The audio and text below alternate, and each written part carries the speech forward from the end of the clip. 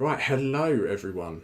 Welcome to the 61. 61. I told you. 61st. Right. Yeah. I think this is a general warning to everyone. I'm very tired today. Very tired. So you can probably expect intros that don't quite work, or the wrong intros played, or just general me waffling on, not really knowing what the fuck I'm doing for a little bit. So let's start off with a big thank you to our sponsors, Mr. Watto Scrapyard and Backdrops and Bases, for all they do for us and the community. Fantastic people, well worth giving them a go. So, you may have noticed we are joined by someone. We are joined by Mr. Ian TB. Hello, welcome. Thanks for having me on. Yeah, no problem. Not a problem. Friend of the show, long-term Patreon member. He's not breaking his cherry tonight. He has been on the American show, but it's his first appearance on OFAC. That was commitment. I tell you, anyone who gets on the American shows from OFAC, I'm like, 4 a.m. It's just a no for me. Yeah, it was really, really hard, and it didn't help that. Well, basically, I had my pajamas on that my daughter bought me for Christmas, and I showed my arse, so, but anyway. To be fair, though, Zach used to do that, and he used to get figures. Yeah. Just for sending blokes photos of his ass. It's a true story. You can ask him about it. I think he's mentioned it on the show before, so he has form for it. Yeah, and we've seen Mark's ass crack, so you're in good company. Yeah, yep, exactly. To be fair, I heard that Mark's ring was one ring to rule them all. So it kind of fits. It fits in with his podcast. So let's have a little look in the chat here, shall we? So we've got I think Mojo's 78. Hello, a nice new member. Hey, there we go. We like that. We got Dennis Perez. It's Carthy, Andre. It looks like he got COVID.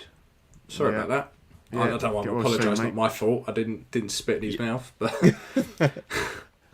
get well soon. We got Scott, Ryan, Equan, and Lane. Oh, got a whole paragraph from Lane. Hey guys, hope you're doing well. I'll be popping in and out for a stream still at work. Thank you, my man. Thank you. And Leonardo. Lima Hernandez. Yes. Cool. So we do quite well at the beginning chat. Chat gets caned at the beginning, which I quite like. Yeah. So I shall hand over to the Parkinson of the network, Mr. Pete. Hello. And I'll have a little. It's not kind of one of these major scripted interviews or anything like that. We just thought we'd get Ian on because he's a really sort of active member in the community and as I say, long time friend of the show, Patreon member, and we just thought we'd get you on, Ian, to just kind of like we normally do if we have a guest on, just give us a little run through of kind of how you got into collecting, what your main focus of your collection is, and kind of. I know I've got a bit of a clue, but anything that you're kind of on the lookout for at the moment. Yeah, sure. So I basically got into collecting back from when I was a child. I'll show my age now. Mum and Dad took me to see the first Star Wars, New Hope, in the cinema back in the 70s. And throughout my childhood, just grew up with Star Wars. Being a child of the 80s, that was all that was there. It was either Star Wars, Action Man, or football. There was nothing else. And for me, it was always Star Wars because it always captured my attention, and that's what my pals collected. Then I got older. I started collecting Power of the Force, which I collected loads and loads of them. And the sad thing is, they were all in boxes, and there was just too much to display. Some of it was worth something, some of it wasn't. So I decided to shift it all. And then a friend of mine said, "Have you seen these things with Hot Toys?" And I was like, "No, what's that?" And then when I saw, let me see, I think it was Princess Leia from the New Hope. Okay, when I saw the head sculpt on that, I was like, "Wow, that's amazing." But then he told me the price, and I was like, "Geez, there's just no one could afford that." But once I sold the Power of the Force collection, I had a bit of money. Started buying a couple, and then a couple in turned into quite a few. Bought a couple of statues at the beginning, and at the time I was listening to another channel called Scavengers Assemble, which is part of the six Scavengers. Yeah. Scavengers. And they weren't really into statues, and everyone's saying, "Oh, get rid of statues you can't do anything with." And foolishly, I thought, yeah, perhaps they've got a point. Sold my statues, apart from a few, and just bought Hot Toys, and then the tables turned. From then onwards, I thought, well, statues just well out my league. I just carried on buying the Hot Toys. And over the years that I've been collecting, so I've got about 200 maybe. Wow.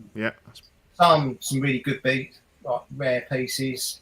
The Tauntaun, which is a great piece.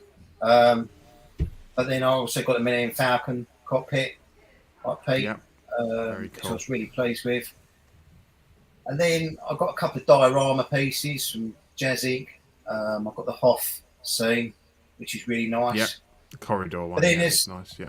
My daughter came round with her friends, and the kids today are not really. They like Star Wars, but my daughter's only 8, so her Star Wars is really the Mandalorian, Baby Yoda, as they all call him. Yeah. The Grogu, and Bad Batch, and she was showing them the individual characters, and yeah, the kids were really sort of like taken in. But then someone said, "Oh, haven't you got any Marvel?" So I dipped my toe, and I say that loosely, very dipped. I'd say I've got 4. I've got 5 Marvel characters, but characters that mean something to me. Years ago, I used to watch Spider-Man TV series. So Spider-Man always had a big affinity with me, and so did Batman, but that was the Adam West one. As I later grew up, the Batman for me was the Christian Bale one, which, I know some people don't like that.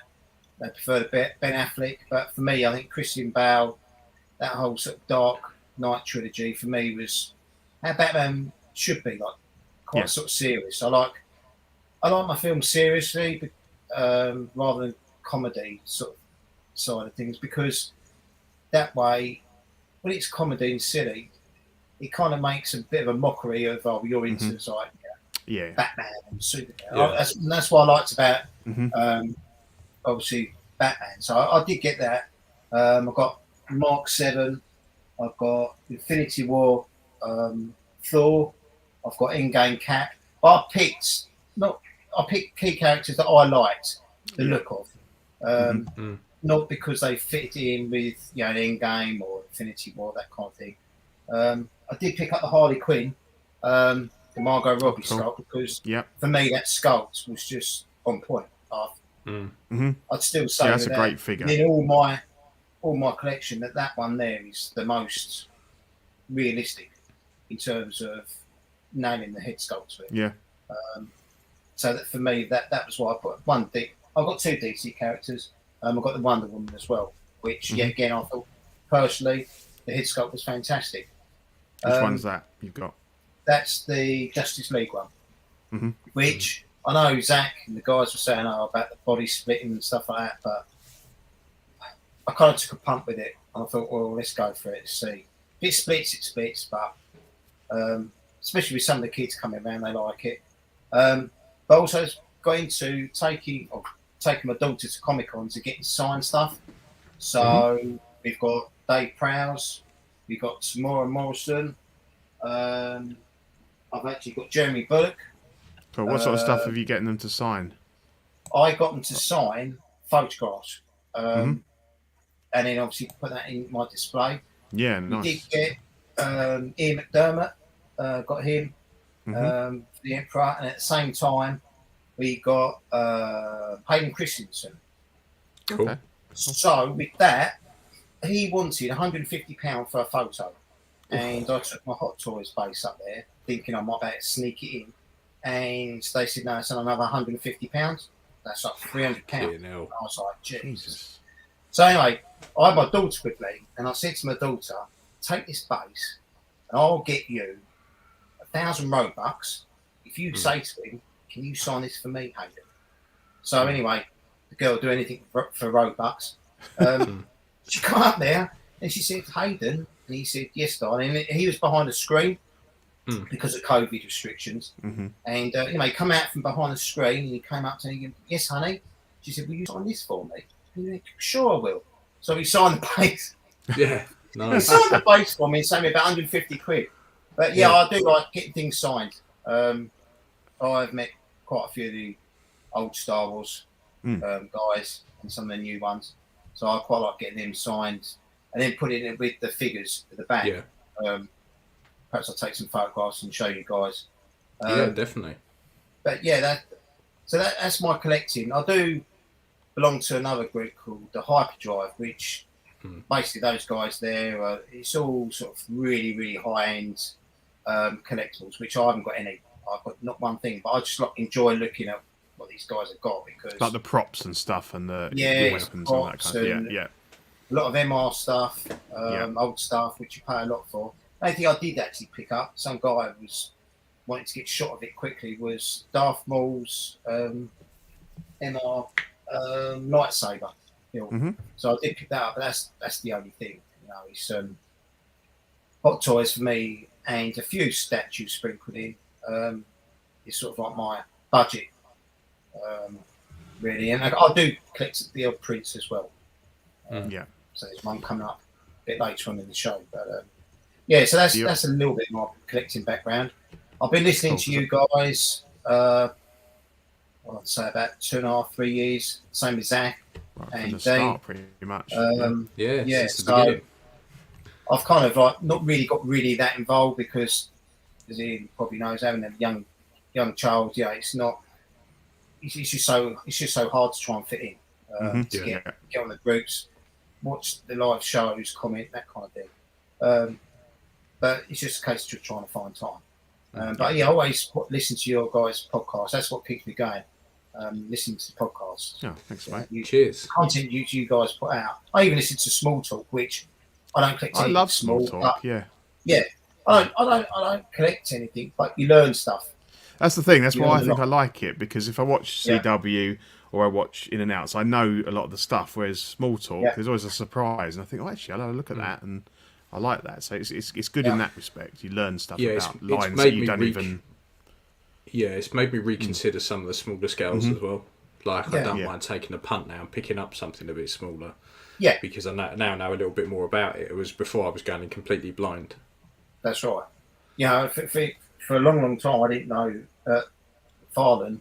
He started out as a comic book artist. I really didn't know. See, I only knew him as a comic book artist. I didn't really realise he did toys and shit. Toys, no. So, because I knew him I was from, buying some of his stuff back in. I was buying a lot of his horror figures back in like the 90s. Movie Maniacs. They did. Yeah, all that stuff, and that was top notch back then. That was probably as good as you could get, and I had a lot of that stuff.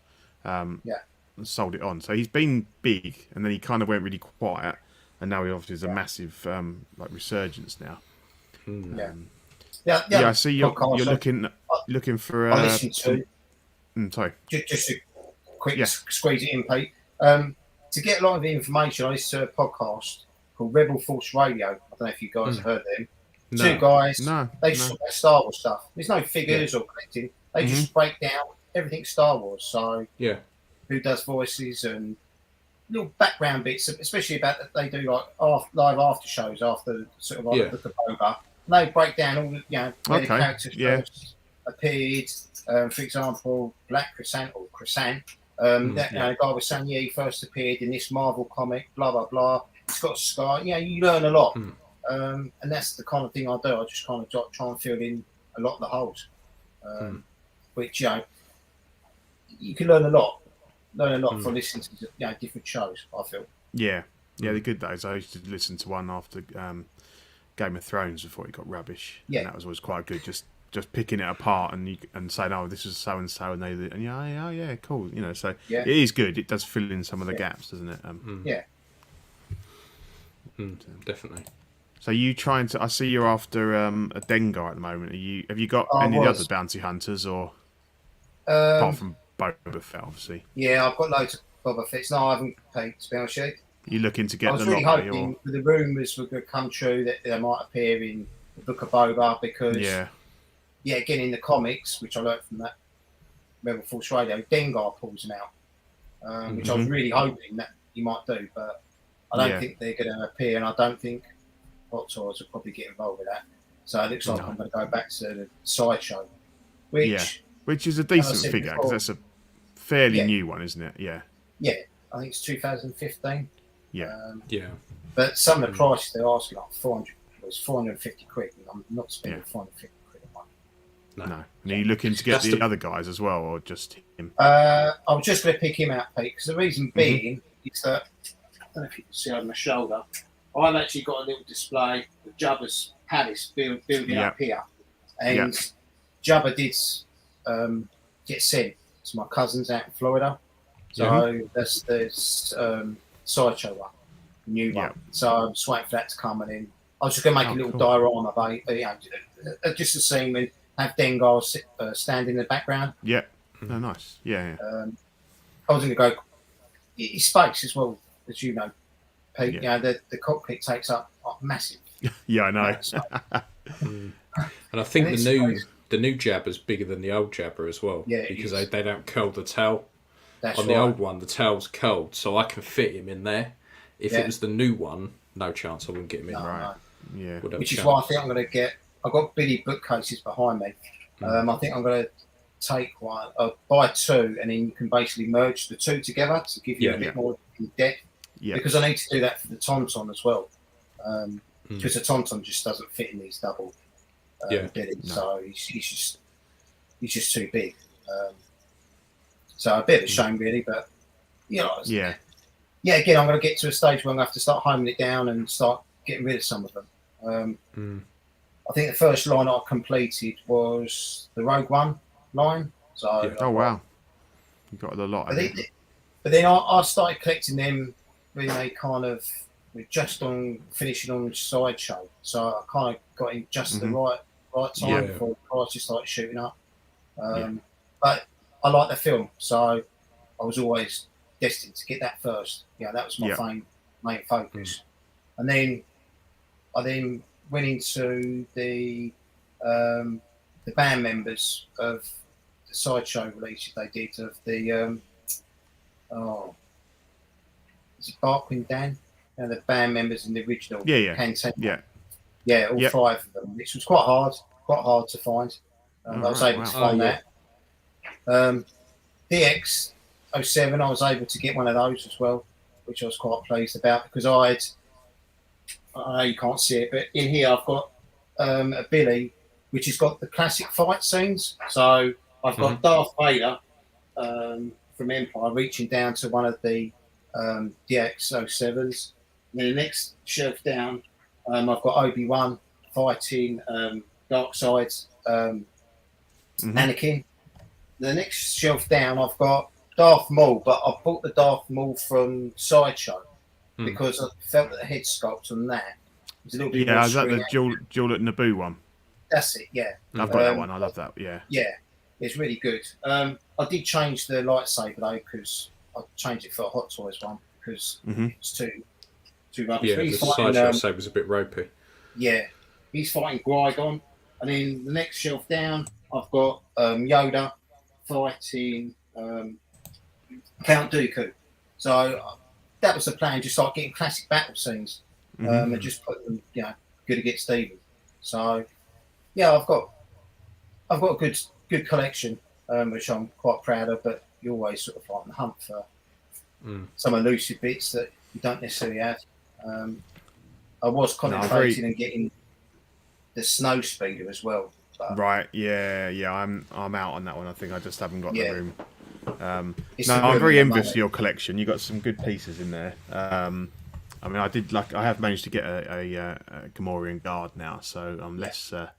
But I think it's funny how, as you collect the growls and stuff that you wanted, there's figures that you never really considered that suddenly then become like the hottest property because you've kind of got down the line and you kind of there's an element of that fix, isn't it, of getting the next figure or the hunt. The hunt is the fun bit, and so you suddenly think, well, I never would have wanted that figure 2 years ago, but now like I just really, really want it. Really, Perfect example is Bib Fortuna. Who the fuck would have gone out and bought that unless you've got a Jabba?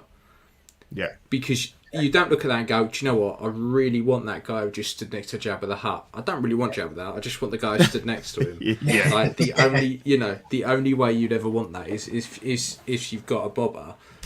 Sorry, not a Bobber, a Jabba. Jabba. Yeah. And then, like back in the day, you could pick him up for like 60 odd quid. So, and then as soon as you get a Jabba, you start looking for one and go, right, I need him, but I'm not paying that for it. No.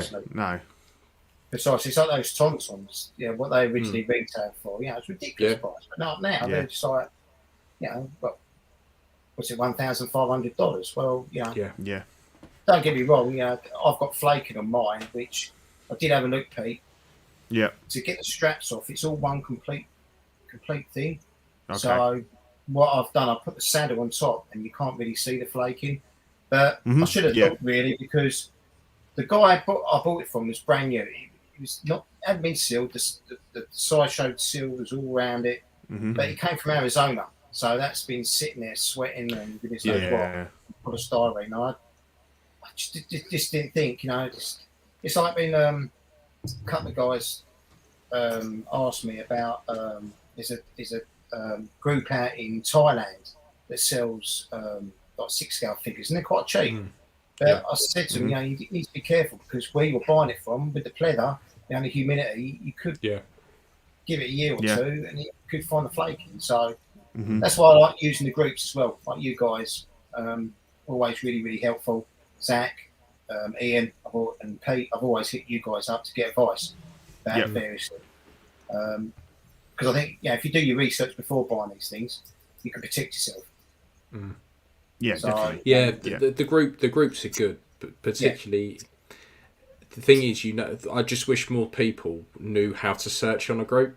Yeah. Because like the peg thing and stuff like that, every other day you're like, just use a search for fuck's sake. Yeah. But and as well, like with the groups, you've got to remember what groups you're posting in and what questions you're asking in which groups. If you ask in a group that's predominantly people in America, it's all, but pleather's going to fall to bits, it's going to fucking die, and as soon as you open it up and it touches air, that's it, you're fucked. But luckily, because it rains so much over here, we don't even know what humid is. Generally over here, you're all right. So I've never had to like Vaseline up figures and lube them up to the extent that some people overseas have to do. I've never had a figure flake that isn't older than like 10, 15 years. So that when people talk about like lubing up brand new Hot Toys, I'm like, don't worry. Honestly, if you live in the UK, don't worry about it. Don't worry about it. Yeah, but that's where it's good about use you guys to just to reach out and say, if you feel a bit silly, just PM someone personally. Say, look, I'm really sorry to bother you. Yeah, exactly. Because everyone's pretty good. Pete, Ian, you've all been over the years been great. And that the other thing that I found that I enjoyed, which I really didn't feel like I could do, was just a bit of customing, just minor stuff. But I was able to cobble together a, I don't know if I should say it, slave layer. You can call it a slave layer now. Yeah. But again, I was able to reach out to various people. How did you do that? I just picked up some few tips and give it a go.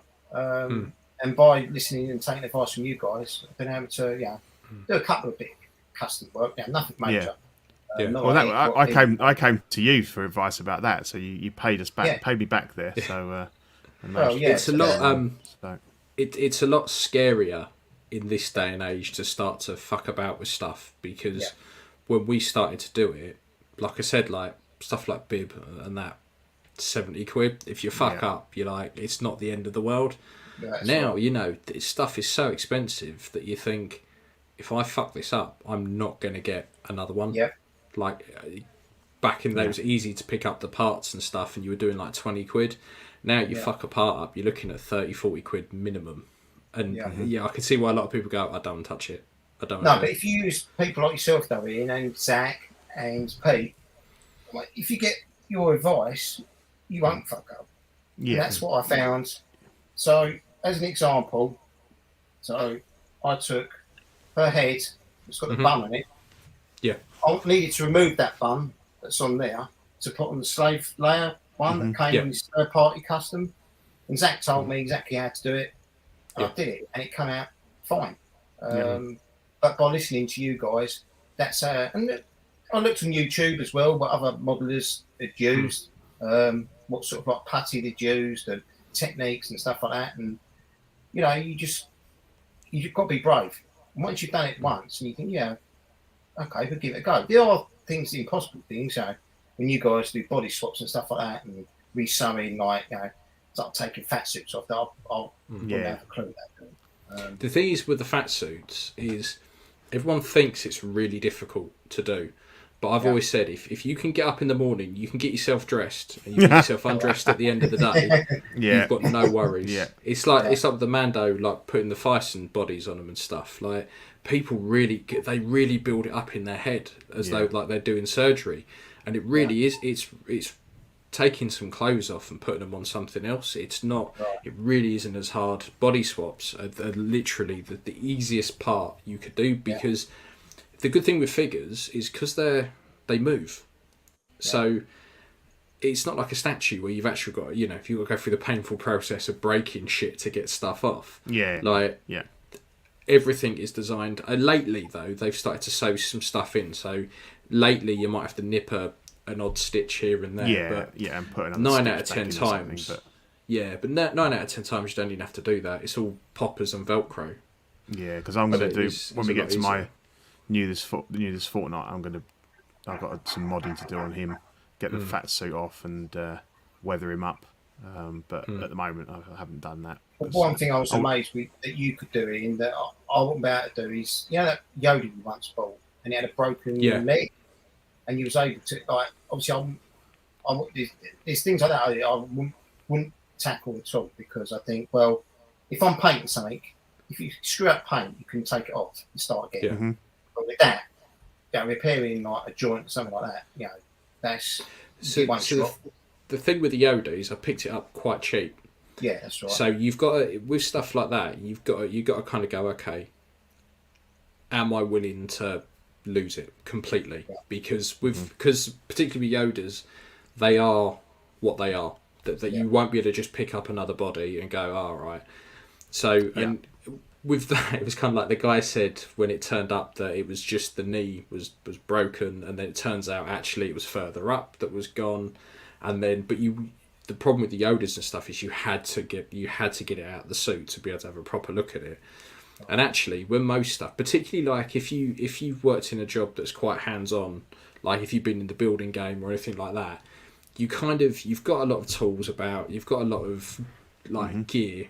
So it makes doing stuff a bit easier, and you kind of don't feel so bad about drilling stuff out and putting bolts and stuff in, because you know that's just what you used to do. So I was lucky with that it came out okay. Yeah, I think sometimes you just give it a go, and as you say, if you can do it with something that hasn't cost you a fortune, because I've been making the CCFL lightsabers over the last year. And I tried it about 3 years ago, and I just had a nightmare, and I just kept breaking them, or they were, shorting out and stuff. And I just thought, I'll give up. And then I saw somebody else on one of the groups doing them, so I hit him up, and he was just really like, he wasn't selling or anything. He said, "Yeah, do this, get these, do that," and I just sort of started again, and it's a piece of piss now. And you still break the odd one. You got to be. They're very brittle, so you kind of have to be prepared to, have some lossage. But so that was something that I didn't think I'd ever be able to do, and I just came back to it, and I kind of just, I started off trying to solder it, and that was just a pain in the arse. So I discovered that actually you can just wrap the wires and then use a heat shrink tube on it, and it's never going to come apart, and it's just so much easier than pissing about with solder and stuff like that. I think. And to us, that is like a major part of the hobby. The part of the fun is, there's very rarely a figure that me or Ian will buy that doesn't have some modding done to it as soon as it comes out of the box. Because most figures are a lot of figures are there, almost there, and they just need that little extra 5% just to, to just finish them off and make them look absolutely fantastic. Fantastic, yeah. Like when a figure's good when I get it, and I don't feel the need to have to fuck about with it in the slightest. Like Rex, when that turned up, I was yep, it's nothing I would even contemplate doing to this. It's fine as it is. Like, so did you think his pauldron was incorrect though? Yeah. No, not really. I think some people said that it was incorrect. So I noticed in some episodes it's completely different. Yeah. And yet in other episodes it was pretty much like it was. Yeah. Particularly like the last few episodes, which I think is where they were kind of basing it off of. Right, okay. So it didn't bother me too much, to be fair. And because I know I like the ones that people have put on it, which is the more blocky one with the tiny little fin on the other side. Like, I do like those, and if I can get the files for it, I'll print one just so I've got both. But I didn't feel the need to do it in the slightest, because I just really like it. I think it's probably one of my favourite figures. And considering he's effectively just a trooper, like just another clone trooper, he just stands out so much more than the others. Yeah, the head I do like him. Yeah. I think it looks good. You're right. Yeah. So if you get one and you just think, no, I don't need to touch that, then somebody's done a very good job. Because even stuff like my IG-11, like it turned up and I was like, they haven't painted some of this. Like they just the gun, wasn't it? Yeah, done it. So that, I'll tell you, that isn't just IG-11. That's fucking Hot Toys all over lately. When you look at the weapons, the guns that you're getting, they are just cast out of black plastic, and they've got all this beautiful sculpted detail, not a lick of paint on it. And I know most of these guns are black anyway, but they've got little switches and little stuff like that. And when you look at the actual props, the switches are different colours and things like that, and they just don't bother. So a lot of the time, I'm being a bit of an anorak and I'm painting the weapons because they're just not doing them. Or like with IG, he's on his stomach, he's got these cylinders, on his legs, he's got these cylinders. They're like bright shining silver in the TV show, but on the Hot Toys one, they've just done them out of grey plastic and just left them. And I was like, well, most of that's going to be covered by his bandoliers anyway, but I just can't help myself. I thought, well, it's going to take me 5 minutes to do. I might as well do it. Once you get a bit of confidence, it is good fun. It is good fun. Yeah. I've got to say. Thing is, it starts off with just changing a few bits, and then you fast forward like 8 years and you got 3D printers and fucking can't move for heads everywhere, and then you live in my fucking nightmare. Yeah. Yeah, I think we've all fucked things up and gone, do you know what? But you just put it down to experience and it move along. They are just things at the end of the day, and most stuff you can rescue, and if not, you just have to buy it again or something, But it's most stuff you can deal with, and obviously.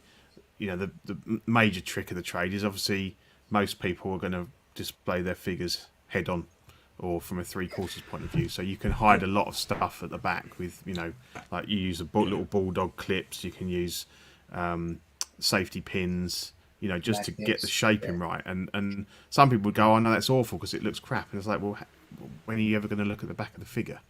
And to me, that makes a big difference with clothing to be able to do that. And don't be afraid to be a bit of a vulture.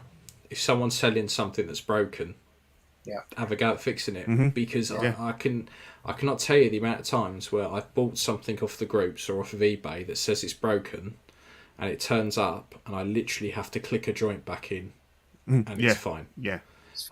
My bank robber Joker, I picked it up for like less than £100 because I think it was missing the shotgun, and the guy was like, the leg's broken. The leg keeps falling out. It's broken. It needs a new body. So I got it, fully expecting to have to body swap it. I took the trousers off, and I was like, it's just not clicked in. I just pushed the leg in, click. I was like, well, that's that done then. Like that's that fixed. I think some people because they're afraid to have a look, they just automatically write it off and say it's broken. Yeah, it's fucked. It's broken. And or what people will do is they will sell their original figure that Sideshow have sent them a replacement for. Mm-hmm. So it might be missing a couple of bits that you can either print or you cobble together from bits you've got in your bits bin, and you've practically got a full figure for like hardly any money whatsoever. So it's worth being a bit of a vulture and looking on the groups in eBay for broken, just go like damaged Hot Toys or whatever and see what comes up, and then try your hand at giving it, at fixing it, because you will get them a hell of a lot cheaper. Yeah, definitely. So cool. Right, cool. So we should probably have a look at what we've actually picked up in the last fortnight. Yeah. Cool. Let's have a look. New this fortnight. Boom. Okay. You utter bastard. So jealous. I know, it's funny because I didn't really have it. Obviously, we've been talking about this. It's the for those of you listening, it's the Hot Toys Pennywise from It Chapter 2. One of the longest gestation periods of any Hot Toys from announcement to release. And it was it was a good couple of years, probably 2.5 years, I think. And it was kind of looking to that point where, is he actually coming? So I didn't really, and I didn't pre-order back in the day and everything. And then all of a sudden he hit, and I just saw it and thought that looks absolutely fantastic. And all the videos, the reviews, everything I'd seen. Just look like the clothing, the sculpt, the base. I just love the base. Yeah, that diorama. Really. Yeah, and so I started looking into getting hold of one, and it was going to be, close to 300 quid. I got offered one at 285, and I was like, I don't really want to pay that. So I just put it to one side, and I thought, maybe I'll pick him up one day. And then all of a sudden, I was scrolling down Facebook like you do, and there was a guy that had listed him up for 280, I think, like literally 2 days before, and then he's just gone, if it goes this weekend, if it goes today, 230 quid. Nice. And bless him, he said that he had to get rid of it because he couldn't display it because it scared the hell out of his daughter, so he had to move it on. And so I said, right, have you still got it? He said, yeah. So I have it, and yeah, it's gorgeous. I really do. I really love it. And as you say, in this day and age, a bit of a bargain, really. To me, I think he's going to be like up there with the if I had him, I would do. You had to put Scott Lang in there. Yeah, that would be funny. I might have to get one just to put him in there. Yeah, and although I think when I first watched the films, I wasn't that blown away, but since I've watched them again, I do really like them. I think they're really, really creepy, and I suppose because the old TV show was it that I grew up with. I think to start with, I was like, well, it's not as good, but I think obviously this is much closer to the source material. So yeah, it's really cool. So as I said, as I alluded to, obviously D Knight's done a video on it before, but this guy's got a fat suit. I don't know why, because he's he doesn't need it. So over the weekend, I planned to take this fat suit off, just dirt him up because he's quite clean. He needs some, for a cunt that's been in the sewers for years. Exactly, it's remarkably exactly. He needs a few hundred years worth of crap on him. And there's also a bit of a mod which just involves some blue tack to push the ruff up around his head. So I mean, to be honest, he still looks banging out of the box, and that's that's literally just out of the box there. But I think I will take the time to kind of just take it to the next level. So I now put a little bit of light grey wash over those cracks on his forehead just to bring them out, and I think that would be really good. It would, yeah, definitely. Because you can kind of tell they're there, but they're just not. Yeah, no, you're right. Out. Like a bit like you did with the Emperor. That's exactly what it needs. It's just because they did that with the Arkham Joker as well. Like his skin is white, but there's definitely some greys in there that could bring out a lot of that detail. Yeah. Like if you just put it on, then quickly wipe it off with a sponge or something, and just dab it. So it just goes into the just cracks. Sits in there, yeah. Yeah, definitely. And I'll give that a go. But yeah, so it's kind of I hope they do more horror stuff because I haven't really got a horror line. I've got a few. I've started collecting the NECA Universal Monsters, and I've got some Gremlins and stuff. So I'm going to stick a couple of shelves up behind me and have like a little horror display there with this guy and everything. So yeah, but no, definitely if you're on the fence on it, you can get one for like under $250. I would say go for it. Definitely, really Yeah, chuffed it with looks them. fantastic. It does look really, really good. Yeah. Really. The balloon's really cool. It's just on it's a wire, but it's kind of wrapped in like a string. Yeah. Is it bendable? Does it bend a bit? Like, I haven't really tried it, to be honest. It probably will. Yeah. It just needs a bit of a kink. Yeah. From the finger where he's holding it down. Yeah. Because I get it being dead straight from where he's holding it all the way up. Yep. Yeah. But obviously gravity would take that, and this is me being super fucking nerdy, but gravity wouldn't take it dead straight down from there. If you could bend the bottom of that, it would look... Yeah, because that's the only thing that always annoys me a little bit about when I see it. I will it's like try he's holding a rod. I know you can with the like the NECA ones and the Mezco ones and stuff like that. So it probably will take a little bit. I'll have a little look afterwards. But yeah, no, it's definitely a favourite of mine now. So Ian, Mr. Ian S. You've done well there. Yeah. So I got a Mysterio because I looked at a lot of the reviews, and I know with obviously the scene going over the helmet, I've got the Stan Lee, and to be honest with you, I could quite easily look past that. The rest of the figure for me, and even the head sculpt is really, really nice.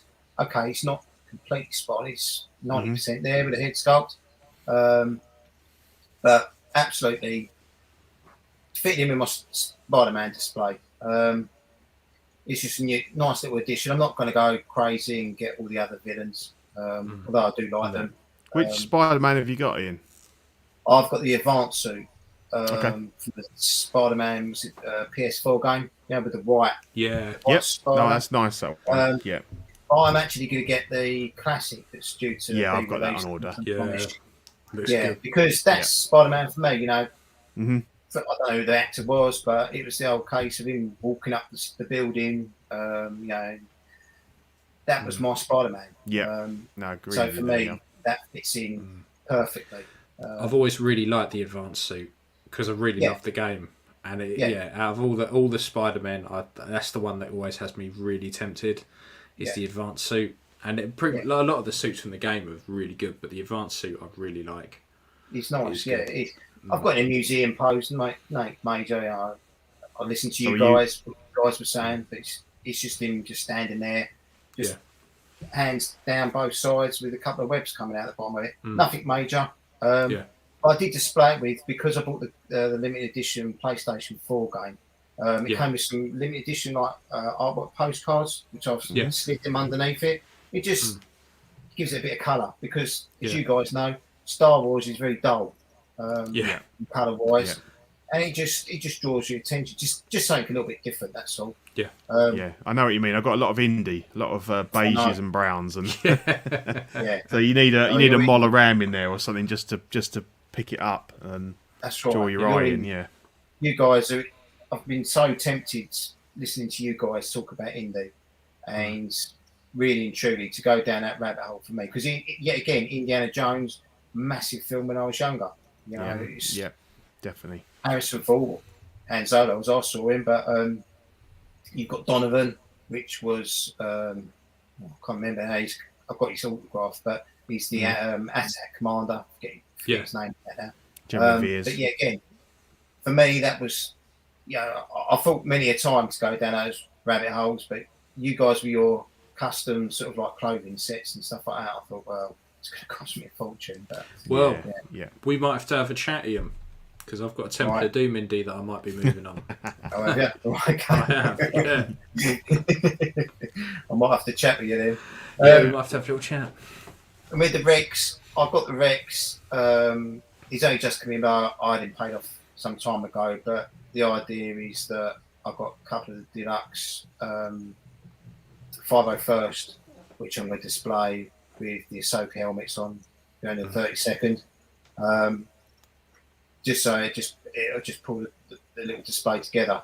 But yeah, what Ian said earlier on, fantastic. It's a fantastic figure, fantastic head sculpt. It's 100% figure. And then I decided to go for, because my friend was telling me about this Hasbro Pulse. He's called Trapper Wolf, which was Filoni in the Mandalorian. He's one of the X-Wing pilots. Right. Got him, and then it suddenly dawned on me why I got out of collecting the smaller scale stuff. I know it's a cheaper figure, but the face really doesn't look anything like him. His feet are massive. I don't know why it's so long. But I thought I'd put that in there because just to show that I do dabble from time to time in the small scale stuff. But it's also a good reminder for me why I don't collect them anymore. They are, don't get me wrong, I know everyone likes their vintage, and for me, getting that figure out of a box rather than keeping it in a box, it just seems, I don't know, it just brings it more to life. Do you know what I mean? When you get a figure out, you can display him. It doesn't, where if you go for the old, figures, a lot of people keep them in their cards, and as a display, it just doesn't really, I don't know, it doesn't excite me anymore. So the thing is, what I find with like Black Series and all of that is that I have no problems with leaving them in the box. Right. Yeah. Like they seem to look a lot better in a box than okay. like for me, like a Hot Toys in a box. You don't really see the figure. I always find it incredibly pointless. Yeah. But with the smaller stuff like Black Series and that, I think the packaging is normally quite good. And I've always got more of a temptation to go, I might leave that in the box and just display it as it is, kind of thing. Yeah. But like we were saying No, before, I totally agree. Like with Black Series, if you've got loads of them, it looks really good. But when you've only got a couple, you really pick up on all the, like you say, the giant feet and stuff like that, and you kind of go, I'm quite glad I don't go mental on it. I like quite the creativity of what Hot Toys allows you to mix and match kind of things, like create your own little scenes, put figures together that somebody else hasn't done. I quite like doing that. So, but they're my pickups for this week anyway. Cool. Very cool. So I've only got a couple of. Sorry, I was going to say I've got a couple of Black Series, but only because I've got the Snowspeeder Luke, because that was a standout figure. That's really good, and also the Dagobah training one with Yoda. But I wouldn't. Nothing else is really, as you say, it just doesn't have that visual impact that the Hot Toys, the 1/6 scale stuff has. No. But I think I've got also, 3. That's all. I've got the scout trooper that came with the bike, and I've no idea what I've done with the bike. I've got the TIE fighter pilot that came with the TIE fighter, but I've sold the TIE fighter because that was way too big. That was huge, wasn't it? It was massive, but they were so cheap. I went into like Toys R Us when it was open. It was like 30 quid. And I came out with this massive box, and was like, "The fuck are you going to do with that?" And I was like, "I have no idea, but it's a fucking giant TIE fighter. Why was I ever going to say no to it?" Yeah. And in the end, I sold it because I was like, "This is just fucking ridiculous." And then I think I've got he always sits on my desk, but I wanted to get all of the Bad Batch and repaint them, so I started with him, and then I was going to get Watto's head, but I just repainted the one that was on there because it just sits on my desk and I just fiddle around with it. Yeah. But but I've like game with that. I was very tempted just to leave it in the box, repaint it, and put it back in the box because it just looks cool. Yeah, I agree, and I think I might display my my NECA Universal Monsters like that because the packaging is so good, and they've got the flap with the with the window thing, and they look really good like that. So I might actually try, and they don't take up that much room, so I might try displaying them like that. Yeah, good idea. Cool. So I also picked up something on a slightly smaller scale. So I said to myself, January, you're skint, your dick, you're not paying for anything, you just knuckle down. And then so I live in Crawley. So Crawley's a bit of a shithole for shops at the moment. There's nothing but pound shops and coffee shops at the moment. It's literally not worth going. It's a bit like into Southend, yeah. Yes, a bit like Bromley as well. Yeah, like... So we decided we go into the next town over, which is Horsham, and they've got a comic book shop called Gobsmack Comics. And they've shifted more into figures and stuff lately. So when I walked in, I was wondering about, and there was so much cool NECA stuff. There was loads of different like Black Series, loads of... He had a couple of 6 scale, but they were like One Punch Man and stuff like that. So, and they were about 180 quid, and I thought, no thank you. And I was just about to walk out, and I noticed he started doing some Warhammer stuff.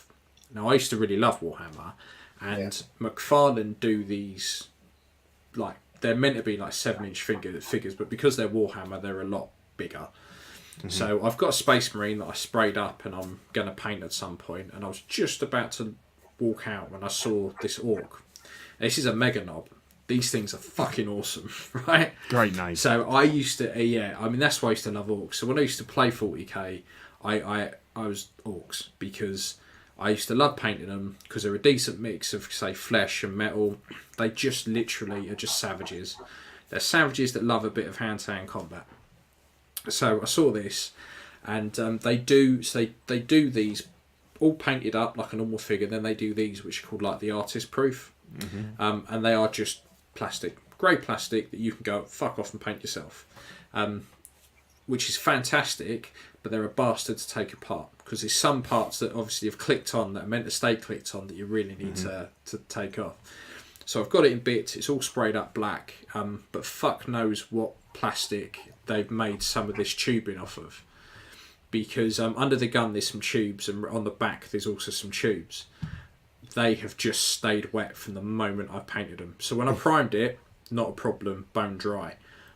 Put this black spray paint on. Everything else is, for 2 days it's been sitting like this. Everything else is bone dry, but these tubes, it does not like it in the slightest. So it is like I'm going to have to go back in, get some nail varnish remover and wipe the paint off of the tubes to then hand prime those and hand paint those black, because otherwise whatever I put on top is just not going to stick. No.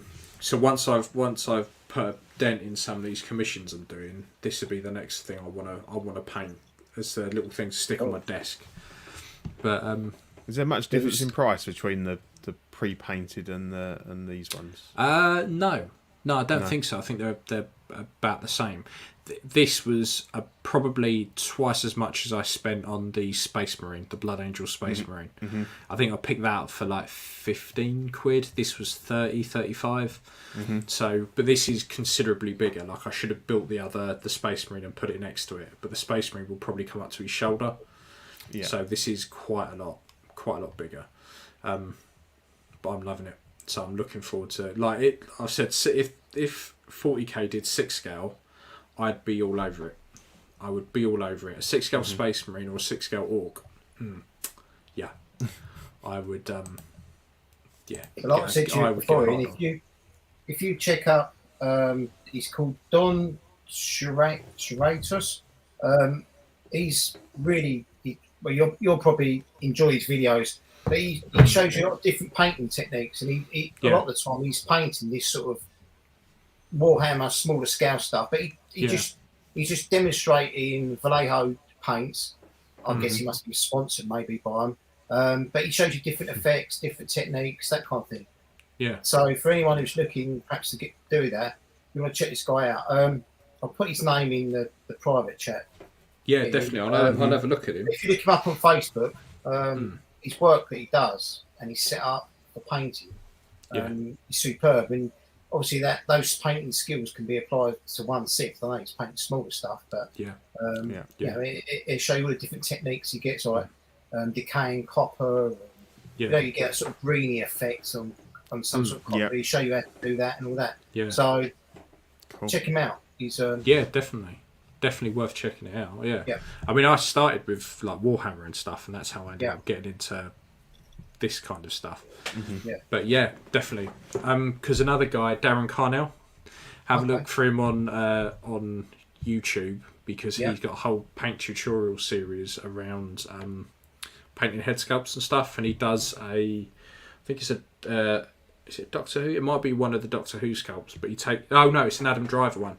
He takes you from start to finish. Each video is about an hour long, and the whole process he does to paint.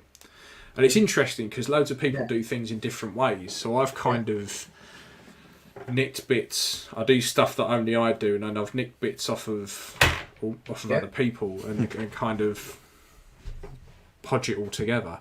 Yeah. But honestly, YouTube and that's fantastic for that kind of stuff. Oh, yeah. There's so much on there that can help you out. Yeah. So yeah. So I guess we should probably start to have a look at some of this new shit that's hit. And I warn you all, there ain't a lot of it, so we might as well make a start. Yeah. Cool. New releases. Like we said, there isn't a lot, so this bit is not going to take long. So we got the Dark Toys Rick for 133 quid. Don't mind it. It looks okay. No. I think the sculpts could probably do with a little bit of a repaint, but they are. Yeah, what I they think are. that's it. Yeah, the clothing all looks pretty good. I understand that it's a recast of the Buffy sculpt, which I don't like for indie, but I think works okay for this. For the clean shaven look. To be fair, I've been watching Buffy the Vampire Slayer for about a week now, and I just don't see the likeness there. just don't see. No. And there's people talking about picking this up for for an indie head, but I mean, I don't think so. It's too clean. I think if you start adding stubble and stuff, it's just going to look like you've just painted it on, isn't it? Because it's not. There's no texture there to pick it up. There's no texture. So, the but most I think you it looks get quite out good. of that is like a 5 o'clock shadow, and that's about Yeah, it. exactly. I think. Yeah, I kind of think I wish I'd put a pre-order into on this because I quite like. I'm not a massive Blade Runner fan. It would definitely be way behind Indy and Han Solo, but it's still quite a cool character. But I just wasn't sure how it would turn out. But I think Steve's got one coming, hasn't he? So yeah. I'm pretty much the same as you. Like, I like Blade Runner. I like the first film. Not a big fan of the new one, but I like the first one. Up until now, to get it in my collection, it would have cost an absolute fortune. Yeah. So for 133 quid, exactly. Yeah. You're getting two head sculpts. You get it, paint it, fuck about with it. This is the type of shit that I want about, that you can go to town on it. And worst case scenario, you're only at 130 quid. Don't get me wrong, I don't want to lose 130 quid, but I sleep a lot better losing that than I would if I decided to tear a Hot Toys apart. Yeah. So yeah, exactly. And some of it looks awful, displays. like that. Whatever it's called, the thingy camp machine is just a horrible lump of plastic with some stickers on. But who's gonna? You can't really display that unless you've got a whole desk set up and everything anyway. But I think the clothing looks good. The gun looks pretty good. And you're just gonna have him in a museum pose, really. So I'm loving how those force hands are getting everywhere now. yeah. Like, they are absolutely every third party is like, it doesn't matter if the character never did it, but they're going to be going like that all the fucking time. The Tommy Cooper hands, I'm going to start calling knows them. that he has to come with a pointy finger hand. Any Harrison Ford figure should come with a pointy. I don't know if he does it in Blade Runner. He must do. Yeah, he does it in every other fucking film. KG Hobby's still got him available if you need. I might have a look. To be honest, my problem is I need money. Money, I can. Yeah. Exactly. But yeah, exactly. But I would definitely pick them up. This looks like a solid figure. Definitely, I think I might pick one up if I can get one at a decent price. So, Dark Toys, what else have they released lately? Well, the next figure. But was there anything before that? I can't remember. I seem to think we've talked about them a lot, but if you ask me to tell you what they've brought out so far, I'd draw a blank. I think. I can't remember if they're one of these companies that put a lot up for pre-order and we just haven't seen anything as of yet. or if this is the first trickling, or if they've just because they've come out and we've had a lot of third party stuff over the last say 6 months. Haven't they got a? I think they've got a pitch black figure, but whether he came out or not, I can't remember. Yes, yeah, I know. So, yeah. But yeah, we'll have to, I'm not sure. But on the face of this, I think that they've done all right. Because there's a lot of tailoring on this, and it doesn't look awful. You know, it looks it's not up there with an Iris clothing set, or whatever. But as you say, that's going to cost you £600 just for the outfit. So I've seen worse put out by licensed companies. Yeah, exactly. And I think if it's like your favourite character in the world, then you'd probably quite happily spend, £800 on an awesome custom. But if it's just like it's okay, I quite like it. I like Harrison Ford. I'd pay £130 for it. And be quite happy with it, I think. So I might have a look. Yeah, and then they've also Dark Toys have also done the Patrick Bateman for £154. This I'm not. This I don't like as much. No. I just. And obviously we've had Andrew on and stuff to talk about the iconic one, and I think obviously if that hadn't been announced, then we might look on this a bit more favourably. But I think obviously the iconic one, a massive difference in price, but I think again, if it's a character you love, then I think you're prepared to spend a little bit more, but it doesn't look bad. So Andre says they're doing the oh yes, they're doing the Beverly Hills Cop that looks nothing like him. The Grinch. Yeah. Oh, okay. And we've got American Psycho here. So okay, so they probably are quite new then,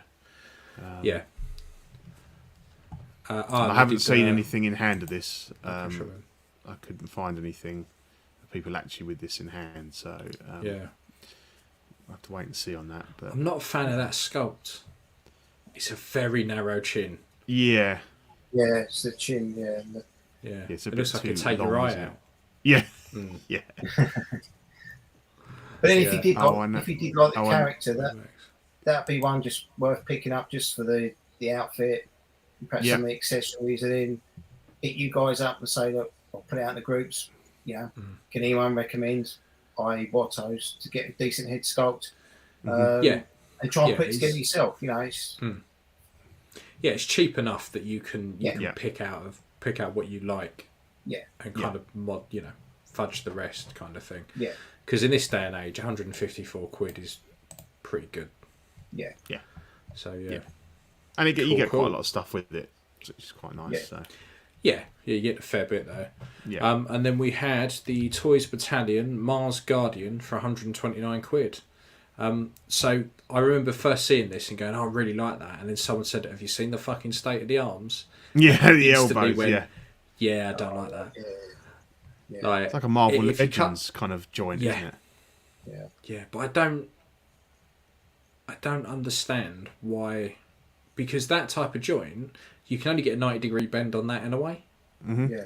So why not just put a normal arm in there? Yeah. I just don't get it. It just doesn't.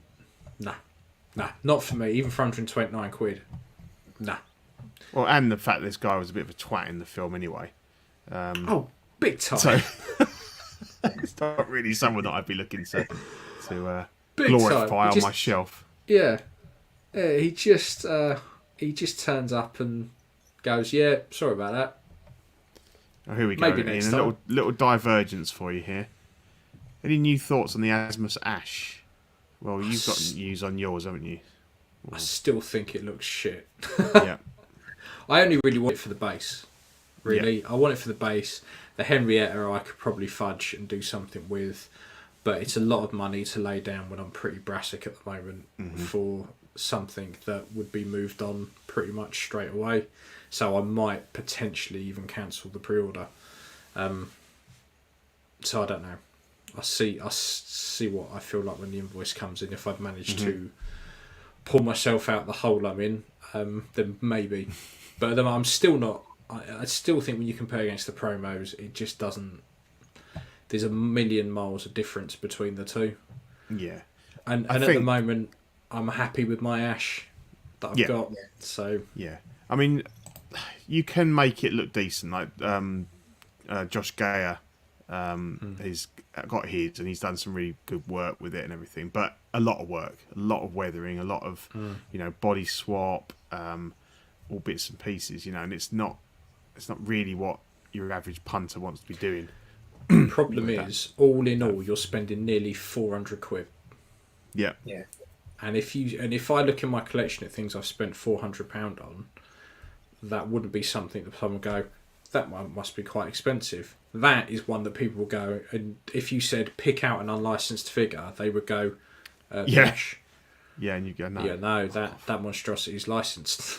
Like it's just a lot. If it was more sitting around the 200, the 250, I'd be a lot more comfortable. But as it's sitting around, well, considering I've already paid the shipping on it and the deposit, I'm just looking at having to shell out 350, and I could get at least 150 just for the main figure.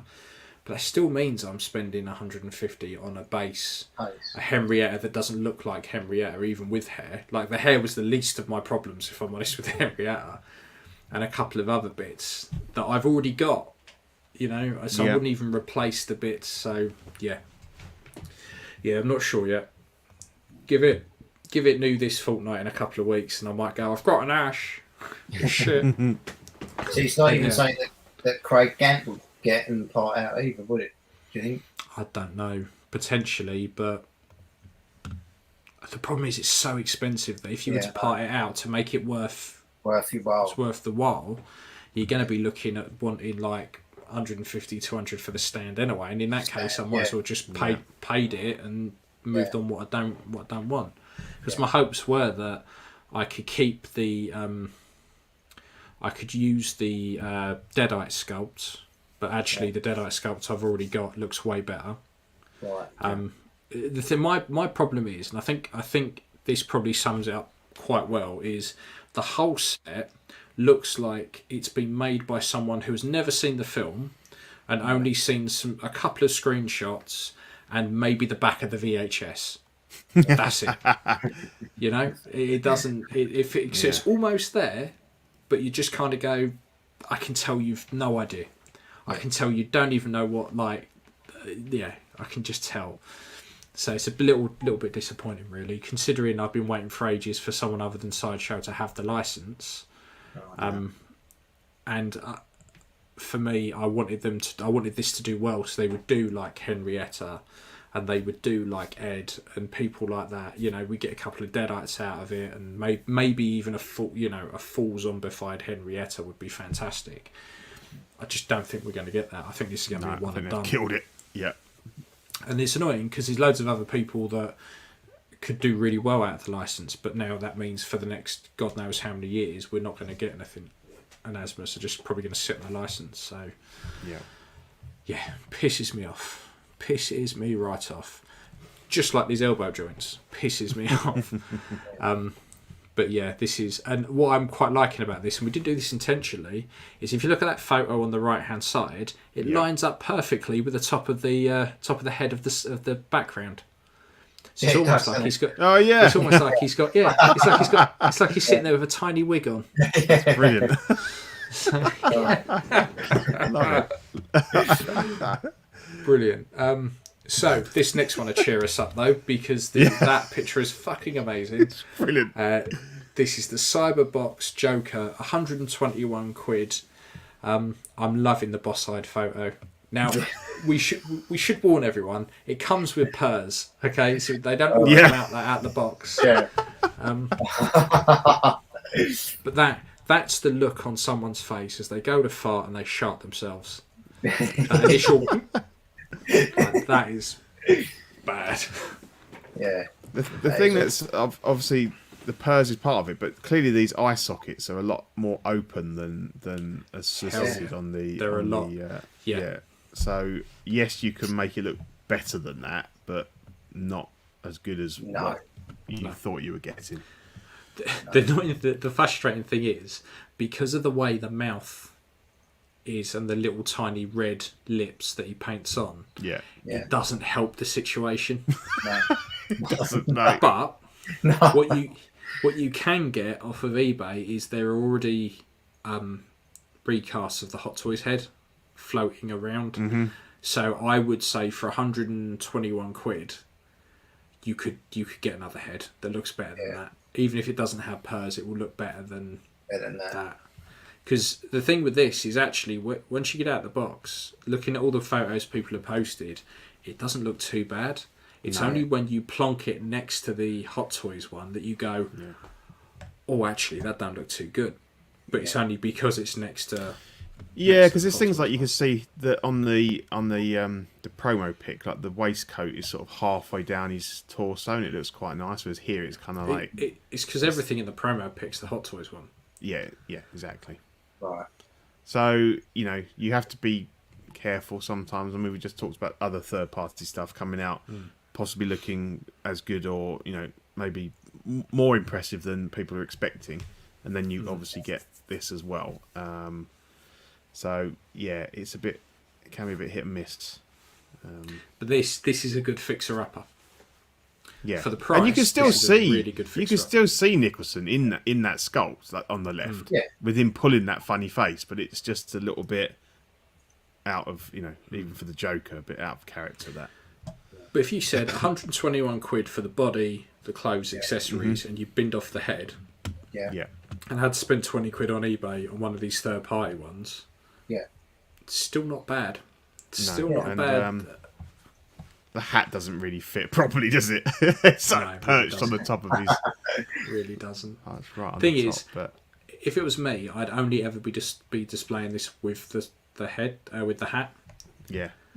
So I would take a Dremel to the top of that head. Off. Yeah, and get that. Just to chamfer it so the hat just sits down better. Yeah. Mark very lightly with the pencil where you want the brim to be at the top, and very slowly just chamfer it off till you can just get it on. And then leave it. Then those eyes haunt me. And Equan says, "Did they think no one would notice the eye as well?" You see, considering we've had Pennywise on, this would scare me more. Yeah, definitely. Yeah. That's the shit that will haunt your dreams. That. Definitely. That's the more I look at it, the more it haunts you. So while we're on the Batman train, Darth Toys, who are steadily becoming one of my favourite companies, they've released the Alfred Butler for 119 quid. Now, if you'd like an old man carrying a lunch tray, £119 ain't too bad. Breakfast. Come on. Breakfast. Yeah, but it's a lunch tray. It just happens to be serving breakfast. Oh. Is it a lunch? Is that what they're called? A lunch tray? Fuck knows. I've no idea what they're called. It's a block of wood. Lap tray. It's the lunch tray. Lap tray. That's it. Yeah. So I think this looks really good. Yeah. But this is the type of figure we were on about before, where you have your Dark Knight display and it's all there, and suddenly you go, oh, I really need an old man. And you go, in a cardigan. I never thought I'd be buying an old man with a cardigan action figure. And then you end up going, all right, I'll have to spend 120 or quid and get one then. But as an Alfred, though, I thought he was fantastic. Yeah. It was, yeah. Yeah. It was, the one with the overcoat and the suit on, I think it's spot on, really. Yeah, and again, I'll stress these are, I haven't seen the in hand yet, but like your experience of the Darth Toys stuff is that the tailoring is really good. Fantastic. Isn't it? So, honest, so normally all the third-party sets, like clothing sets I ever get, are always they're always too big, they're always a bit baggy, they never quite fit properly. They look okay. They're kind of like the whole is greater than the sum of its parts kind of thing, where it all looks good together, but actually as you're putting it on, you're kind of like, this ain't that great. I got their Ledger Joker up there, their clothing set, and it's by far the best clothing set. So good, in fact, I would say it's getting to the same quality as the Iris set I've got for my indie. Oh, really? Like it's really, really good. The coat, I think, I think my problem with the Joker coats was they were always like a big bathrobe. this is so much better. I mean, it's still not perfect, Yeah. but it has so much potential just in the cone. The rest of it is spot on. I cannot fault it. It is fantastic. So anytime I see Daft Toys doing anything that I'm remotely interested in, I'm like, yep. Because I had their other Joker as well that they did, the one with the giant fucking pistol, the Batoli Joker. Fantastic. That was also like the tailoring on that was spot on. Yeah. So I never worry about them as a company. Their stuff's always really good. Yeah. But you see that if it does come out looking like that, one on the right, then that'd be perfect. Stand behind the Christian Bale. You know, that's all you're going to want Alfred to look like, really, in my book. But that's obviously definitely. That's coming out like the promotional pictures. Yeah, I don't think the thing is with like Michael Caine as Alfred is there really isn't much to it. Like he doesn't do anything other than hand him food or talk to him. Like he's not like it's not like he's you know kicking ass or anything. So yeah, and it's nice to see a really decently tailored suit that you can it looks really buy. Nice, It's great. So yeah, I like that. So that was pretty much your lot for new releases this week. Yeah, not a lot. Yeah, but upcoming releases. Now that's better. That we can do something with. Yeah. So let's dive into it. Coming soon. It's here. It's finally happened. Yeah. We have the Hot Toys Green Goblin from No Way Home. So there's a standard and there's a deluxe. I've not bothered giving anyone the standard price because I don't know why anyone would buy this without the glider. So with glider, the deluxe is $307 and comes out July to September 2023. Love it. I think it's really good. Yeah. Really, really good. Really, really good. I wouldn't suggest everyone with a Toys Era one runs out and burns them. No. Because that's just fucking idiocy of the highest degree. But yeah, I think this is fantastic. I think this is probably the only villain we're probably going to get from this film. Maybe a Doc Ock, but I don't doubt we're going to think past that. No. But yeah, I like it. I think the glider looks good. The little bombs are good. I like the look of the suit. I think they've been quite smart with the suit by making it a kind of stretchy. It looks like a kind of similar to the Power Rangers suits. That kind of material. So I don't think you're going to have a problem with it. You know, posing it. I think the only problem you might get eventually is the glue, the shitty Hot Toys glue on the knees. Those knee pads that are on there might. But you just reglue them. It's not the end of the world. Yeah.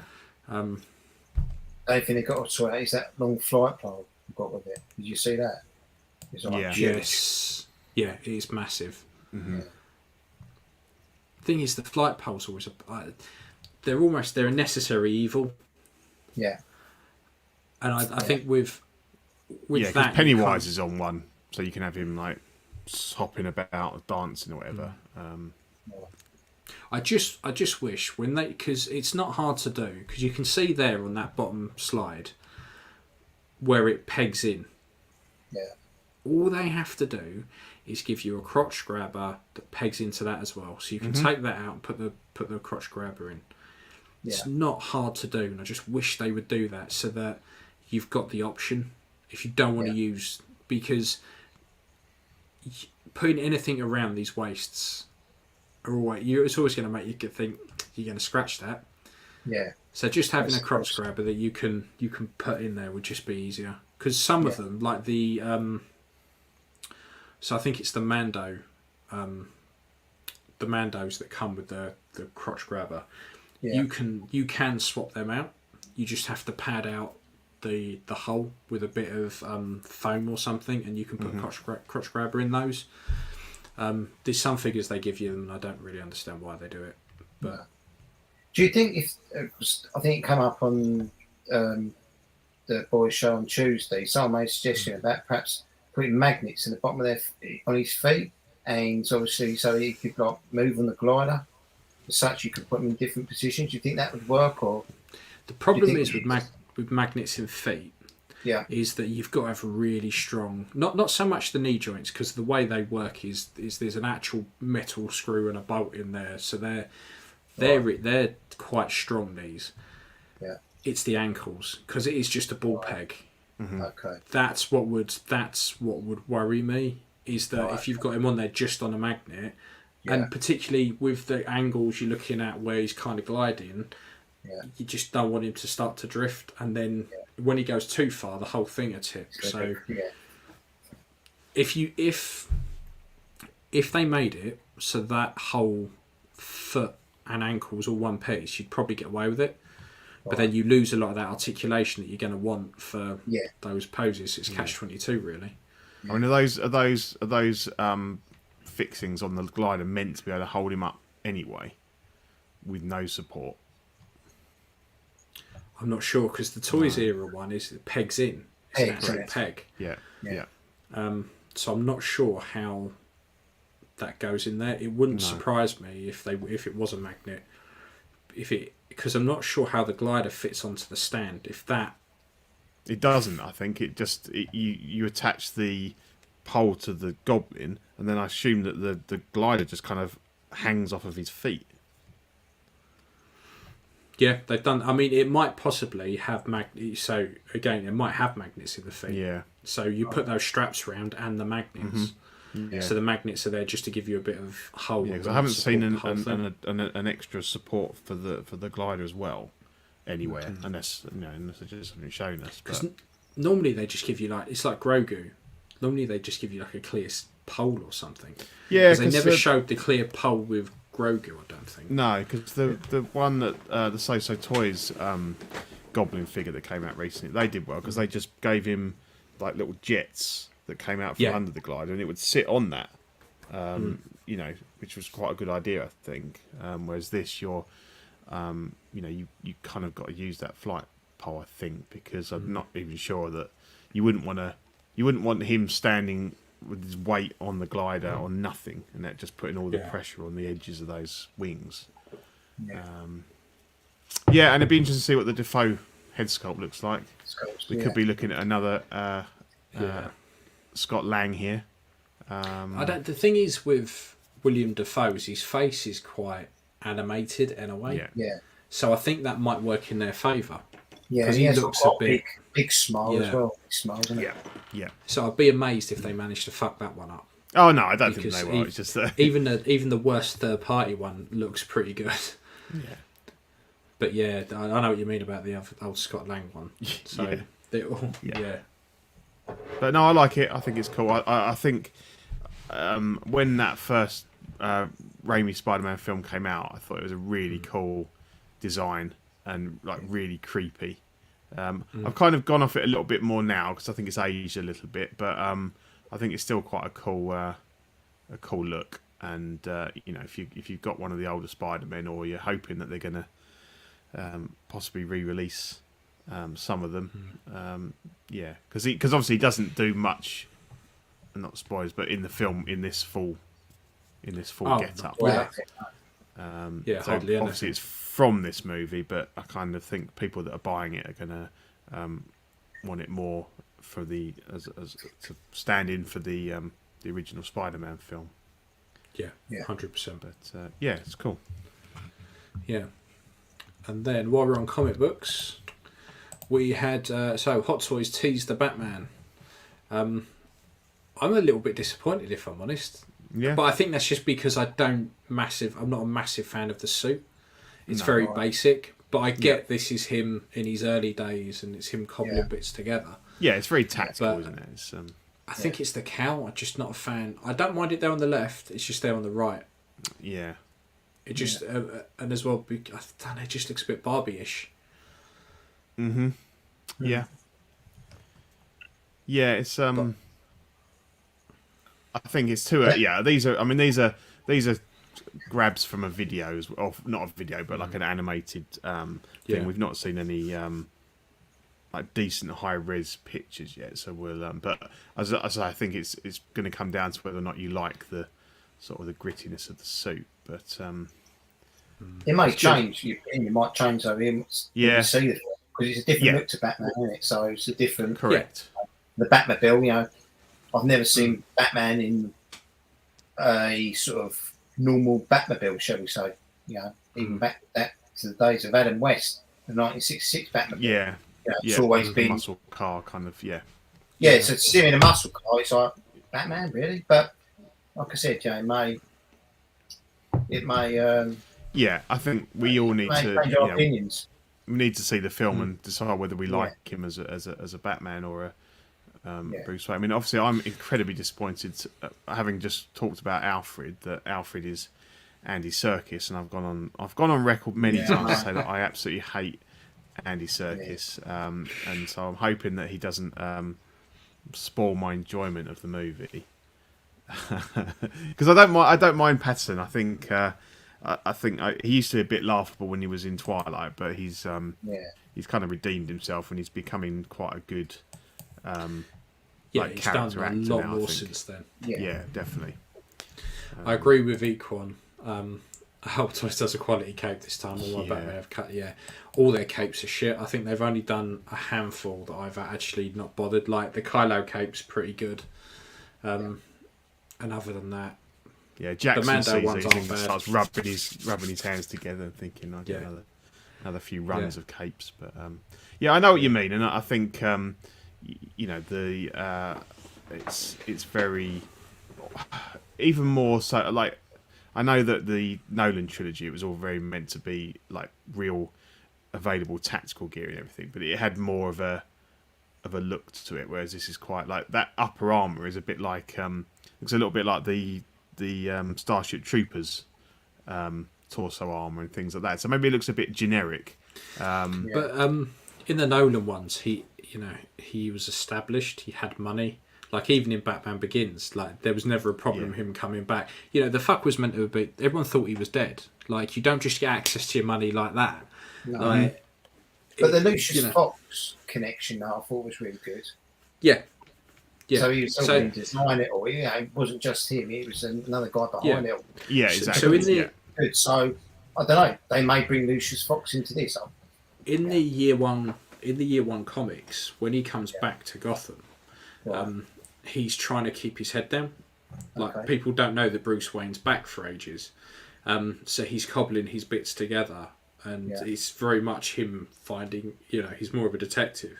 Right. It's him kind of finding his feet as Batman. So I'm hoping it mirrors that. And then it will kind of explain why he's got like a muscle car and why he's got, this type of stuff. Because it's shit he's had to do himself. And then obviously once he's then back in his Bruce Wayne world and he's got all his money again, you start to see the more jazzy stuff.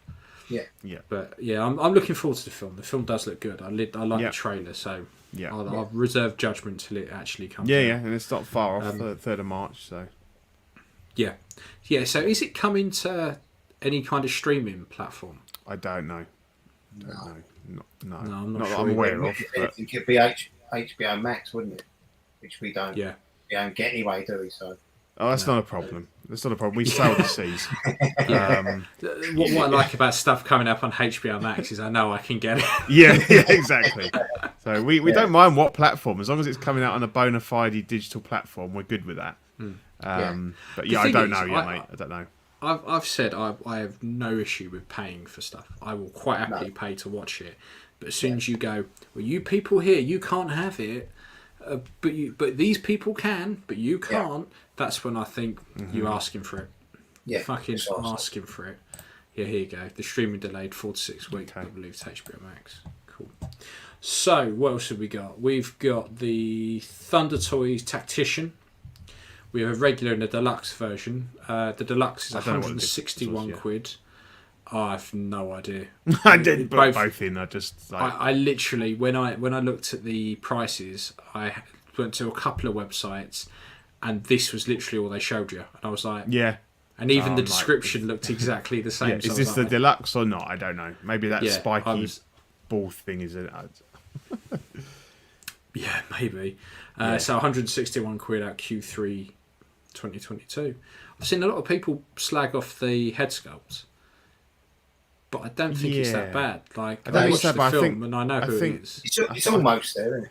Yeah. Yeah, I think it's the bottom half that is weird for me, with the beard and stuff. I think the top half of it, maybe his nose is a bit big, but I don't mind it. And you tell, I think you'd know who it was, but there's something maybe not quite right about the lower face, but it's okay. It's not bad. Again, So it's I'm not picking up- really a character I was blown away with in the movie. No. No. To want representation on my shelf, but I like So Toys. I think they're Yeah. really up there. They're definitely the number one in the third party Third party, yeah. game at the So moment. I'm picking up my first piece, Pete. Okay, yeah. the fact that I'm getting the Gambit, or that looks Oh, good. yes. what they call him. That's compared to. So I looked at the sideshow one. I thought, yeah, that looks good. And then when I saw one of the shots, and his ears were like, Oh, mixed. yeah. Wow, what have they He's done a there? proper. Yeah. Yeah. Gary Lineker is Gambit. It is, isn't it? And then Yeah, I saw the it's So terrible. Toy one, and I was like, wow, yeah. And I've dipped my toe in because I've been so impressed listening to all you guys talk about them, and it's obviously they never brought anything out that really interests me, apart from the Gambit. I love Gambit, so I thought I'd give that a try. But yeah, as you said, Pete, in the third party world, I think they do amazing stuff. Yeah.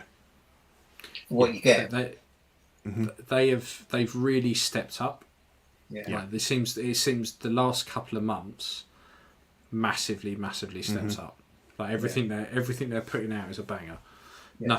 Nothing they put out, I've gone, that looks bullshit. Like if this is them on a bad day, not a problem. Yeah, exactly. Problem. Yeah. Do you know The what I mean? only figure I've owned of theirs was the TV Flash they did quite a few years ago, the one that Hot Toys did recently, and I've moved it on just because I moved on my DC and Marvel, but that was a good figure, and that only cost me, £120 or something at the time, and it was really They're good. gradually getting there to be competing against Hot Toys anyway, which is good to see, really. Yeah. And Yeah, as like we always 100%. say, they're filling in those gaps, aren't they? The figures that Hot Toys are never going to make. They're the companion pieces. They're the so they're not really, although obviously the studios would shut them down in a heartbeat, they're not necessarily treading on the toes of other licensed 1/6 companies. So I think they're kind of just it's a good thing really for the collector. And I don't know if this. So one of the guys connected with So, I don't know any of them, but one of them suggested that Rogue might be coming out as well. Yes, I saw that. Yeah. So Because the So Toys page is turned into a bit. It's very similar to the used page, where it's very much every single day someone's going, what about this? What about this? What about this? What about this? What about this? What about this? And every now and again they answer a comment or they put something up to say, like, because I think I saw that where they were like, someone's like, I've got your Gambit, I've pre-ordered it looks amazing. How about his girlfriend Rogue? And they were like, maybe. Yeah. So it looks like we are going to get a Rogue, which will be handy. Yeah. Well, it will be handy for a lot of men, I guess.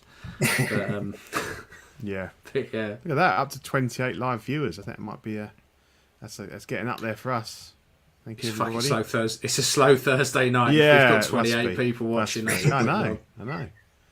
Yeah. Fantastic. So what we got next? We've got I've no idea what the fuck this is. This is the Venom Slayer for 135 quid at Q2 2022. Well, I it's have Bane, isn't it? no idea.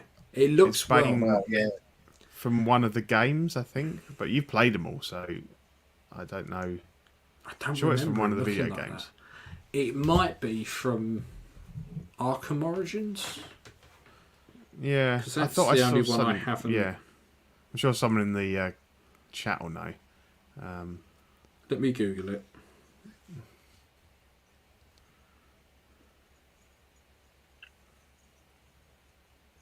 No. No, No, not the Bane.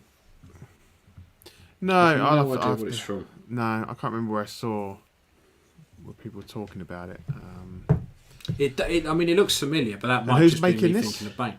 What company is this? This, I've no idea. No, Whatever that little one is in the corner. Yeah, I know. I can't make it out. I forgot to alright. put the thing on it. Yeah, Without knowing the source material, Yeah. you know, it's pretty good. I mean he's a fucking big boy. He is. He's a big boy. So because we know fuck all about that. Yeah. We'll move on. Let's move on to these guys, who of course bit of a kerfuffle. So Axe Wolves for £207, April to September 2023, and what's it? Koska Reeves. Yeah. That's how much I don't give a shit. Is that I can't even be asked to learn her name. So these are she's the £226. Bo-Katan's sidekicks from the second These series are of, bow buddies. Yeah. For think- Mando. I think their groups. Is it part of the Night Owls? That's Yeah, it. I think so. Something Yeah, like that. yeah. Yeah. Yeah. So what's the controversy around them then? I haven't read anything. Oh no, this is just all that's been on the groups for 2 Yeah. days. Oh, I see. Is People going crazy on them. I like Yeah. the helmet on the axe. The axe. Yeah. That's really nice. Yeah. A bit different. Yeah, and these shouldn't be that hard to get out because they're just Just recast. every single part of it has been used on another figure before, so Yeah. these should be relatively easy for Hot Toys to bash out. Yeah. I mean, they look good, Yeah. but Yeah. my problem is, are they £500 good? So if Yeah. I've got a Bo-Katan, do I want to spend £500 just to Mm. get these to flank them? Because they didn't really do a massive amount in the program. And her gear looks quite similar to Bo-Katan with the the belt and Yeah, the helmet does. holsters and the helmet and stuff. So Yeah. you've got to really love those couple of episodes, I think, with these guys. And I think I heard the actress who plays her has already said she's not been approached to come back for Series 3. Right. Okay. So I don't think we're going to see her in the third No. series of The Mandalorian. She's a wrestler, isn't she? Yeah. Eco says the butt sculpt on Koska Reeves is completely inaccurate. I studied it a lot. She's got a lot more real estate. Oh. But yeah, these look all right. Yeah, I think. I mean, obviously, if Hot Toys have gone well and truly beyond balls deep on Mandalorian. Yeah. So we are. Yeah. It's not unexpected. I suppose with this one's quite good that they've gone with obviously with a head sculpt as well. But yeah, I mean, I'm not. I have got the Mando coming, but I'm not gonna be buying anything else from the show. Not that these aren't great figures, and you could end up with a really good display if you're collecting the lot. But if you're looking for if you're looking for basically a Mandalorian sort of setup, you've got the Death Watch guy, you've got these three. Going out. Heavy Man, yeah, and you've got Heavy Mandalorian. Yeah. The Heavy Guard. You could make a nice setup, but I suppose really and truly it comes back to what the guys always talk about: creating a focus.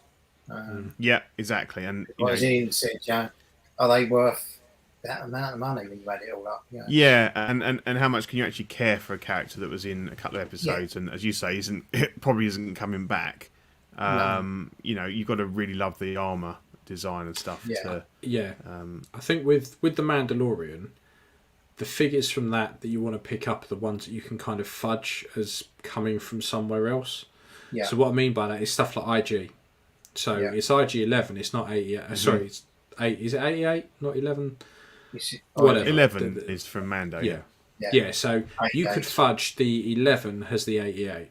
It's the hands that are different, but you could fudge that. So you could, you can buy the Mando version, stick it in there. Tusken Raider, you can buy that. Well, it's and what you most fudge people are it doing, to be honest. Yeah, exactly. So, but with these two, I don't think you could potentially fudge them into anything else. No. But Bo-Katan, 100% you can. So, yeah, I think that's what's going. I think with those, they're the figures that if you get those, they've got more kind of lasting value in your collection. They're key characters, aren't they? Yeah. Yeah. Whereas these guys, they just kind of stand in the background. And it fits in. Like we talk about, figures from TV shows, don't we? And obviously, like when there's another Breaking Bad figure out, brilliant. This isn't going to be quite the same because obviously it's Star Wars and it's got that kind of extra kudos to it. But in 5 years' time, are people really going to be? Oh, I love that character in that, Whereas like that's part of why I just mainly collect OT, because like I'll love those films to my dying day. I'm never going to fall out of love with them. Those characters, grew up with them and everything, and they've got that long-lasting appeal. Whereas I don't think I'll remember this character in 5 years' time. No, not unless they go off and do another sort of series. Yeah, and a background story. Yeah. What is weird is you get a head sculpt with her, but you don't get a head sculpt with him. Is that because we didn't see his head in the show? Yeah, no, he took it off. But he's more expensive. I don't remember what he looked like. Oh, sorry, no, she's more expensive. Yeah. But the price of 200, so she's 20 quid more expensive, and she's got a head sculpt. Yeah. Which is pretty good. For 20 quid. Price wise, you can't whack it. The thing is with those two, I don't think I'd ever bother. I'd always have the helmets on. Yeah. Just because they look better. Yeah. So I think we agree. We're not bashing them. We think they're really good looking figures, but it's just where they fit in. Fit in your collection. But so if you're going for the whole Mando line, then they look great. Yeah. It's going to be a very expensive line. I know you said you did the whole Rogue One line, but this must have gone past that in terms of the number of announcements and stuff already. Oh yeah, and you have to, as I've learned, you see a lot of cool stuff, but you especially for me, you've got to be so careful what you spend your money on, because when you look what's coming up in the next couple of months, it's ridiculous. You've got to box clever. You've got to say, right, I like that character over this character, and that's going to fit into my display. Where these, realistically, are they going to fit into my display? Possibly not. So you can always pick them up later on down the line. I don't think it's going to be one of those figures. It's going to cost an absolute arm and a leg. No, and that's the thing. Like, you have to kind of remind yourself that your collection, it can always change, and you can always get rid of stuff, and you can always get stuff back. And if you miss out on something, you're going to be paying more than retail. But if you really want it that bad, then it's not a problem. No. The thing I'm surprised at, and it might be a small spoiler, but I'm surprised that Hot Toys haven't announced a Book of Boba Fett Mando figure yet. Oh, there's you a couple wait. of little. But why has it not come already? Because obviously, like the first thing, I'm like, right, he's got some new stuff on his leg there, so that's a whole new figure. It's probably because Disney and Lucas like to keep things under wraps so much that for them to go and release it and stuff like that. I think especially with Filoni and Favreau, they keep everything under such lock and key that there can't be any leaks or spoilers. Yeah, I think that's probably one of the reasons why. You wait, right? The next couple of episodes, we're going to start to see characters that we've seen before in other programs, and by the end of it, fucking Mando, Bob will have a whole new set of armor, or he'll even end up reverting back to what he had before, and then we start to see Hot Toys doing Book of Boba Fett versions of like slightly changed Return of the, he'll be back in a jumpsuit or something stupid like that. Like you can see it's it. Funny because I was watching the episode with Mrs. and my boy, and I was like, right, the price of that's just gone up. Up like that, because there's so many heavy Mandos for sale at the moment. Because he didn't really do much, and all of a sudden he's back again, and then you've got R5D4, and I'm thinking, the sideshow ones of those are going to start going up now. And you can tell that Heavy Mando and the Armourer are going to play a massive part of the next Mandalorian series. Yeah. So you can tell.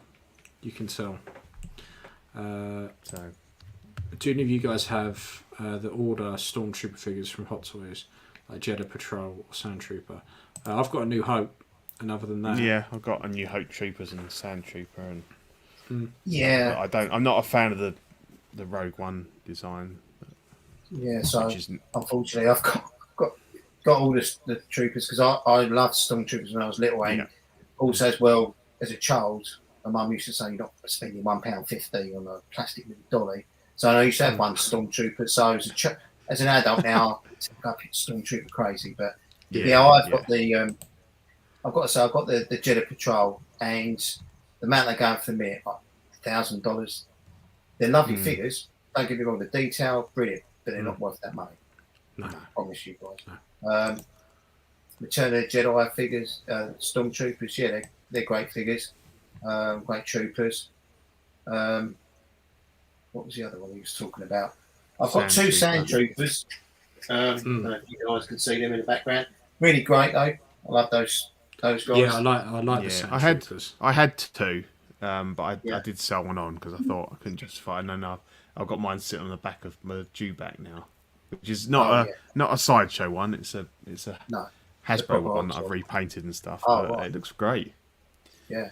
So, but the Sand Trooper is probably, if I was pushed, the best Trooper release, I think, from Hot Toys. It just beats the A New Hope Stormtrooper for me in terms of like the quality and what you get with it and everything. But I'm a sucker for Biker Scout, and obviously we've got the Hot Toys one coming. I've got him pre-ordered. Yeah. And also as well the Patrol Trooper from Solo. That's a really nice. Oh yeah. Really nice. I like that one. Got to say. Are you getting all of the ones from Mando and stuff like the Tank Commander and the So I'm getting one tank. Shore Troopers and Well, I've got the original Shore Trooper. Correct. From Rogue One. Yeah. I don't know. I probably will pick up the other two just to finish the little display that I've got. With that, but I just love Troopers. It's not my focus, but I just always have loved them ever since. Even I know probably a lot of people don't like them, but the Sith Troopers, when you look at them, they're great design. Just shame the film. I've always been tempted by the Sith Troopers. They do look pretty cool. 150 quid in, seriously, they are really nice. They're dirt cheap. They're really cheap. But they are really nice. And Praetorian Guards, they're amazing as well. I don't know if anyone else but I can't justify the price. They look lovely, but they're like 300 quid each at least. And I just think there's not much to them, is there? They're quite basic. I don't know, Pete. They are really nice figures in hand. Really nice figures. The detail that they've got on them, like the nunchuck sort of things, you can have them up like that, and there's no worries about them sort of like cracking or anything like that. They are. Yeah. It brings a bit of colour to it as well, which is what I like. Mm-hmm. Yeah. And they're bright red. It's not perhaps the correct display, but I've got them stand behind Kylo Ren, and the black and the reds looks really nice. It's good to have some colour. Yeah. But it's just a shame the stories were crap. Exactly. The actual designs, the costume designs, really good. Really good. But you can't go with the fact that they were shit in the film. Some of them, such a disappointment. Such a disappointment. Yeah. But on that note, just one quickly, I've got to say, one of my favourite Hot Toy figures that I've got, and I picked him up because I watched the video and I was amazed. They call the Hobo Luke. He's got a rucksack and he's got a lightsaber, he's got a stick. But the amount of stuff you get with that, the detail is, as a figure, it's brilliant. That's the Force Awakens one, yeah? It's the Force Awakens. I mean, it comes with a little porg as well. But it's not Force Awakens, that's the Last Jedi one. The Hobo one's the Last Jedi one. The one you're thinking of, Pete's the one in the white robe. Oh, okay, the sabre over. This is the one at the beginning. I know the one you mean. Last Jedi. He does loads of stuff. Has he got a little blue milk thing? That's it. But it's getting the backpack and everything. The shit. There's a figure alone. Because I've got the Bee Gees Luke, the one from the end of the film, the crate Luke. And every time I get that out to sell it, I get there and pose out for some photos to sell it, and I'm like, it's too cool. As a figure, it's too cool. There's some figures where you can just love them just on their face value on the figure and what they come with and stuff. Even though you go, they're a bit dodgy in the film. But that is the last time we saw Luke before he died. Mm-hmm. So, yeah. So it's got meaning from that. Yeah. So let's see what else we've got. So Sly Stallone. So the Sly Stallone shop, the John Jones Rambo, Q4 2022, £200. I like it. I like it a lot, and that is a very good price for a licensed figure. Yeah. When I first saw it, I was blown away by it. I thought fantastic, and I thought I'm going to order that. And Steve ordered one straight away, and then I thought you've got to pay for it all up front. Not doing any sort of deposits or anything. I mean, Steve's doing it on a layaway thing on PayPal. So, and obviously, it comes with the sculpt is Inigo, the master paint is Dario. There's some great names involved. So they're kind of plugging it on the back of the the expertise that's behind it, and it looks really great here. And I've seen some criticism in the head sculpt. It's not perfect. Eyes are a bit too close together, but you know who you're looking at. It's quite a good, and I like the best picture one in the I've middle. seen so far. Yeah, but let me just share. Stop that for a sec and share. So is this? Can you only buy it through his site? Dave? Yep. Yeah. I'm going to show Yeah, you can get it through there. They're doing Cobra and stuff like that as well. That's right. Yeah. So.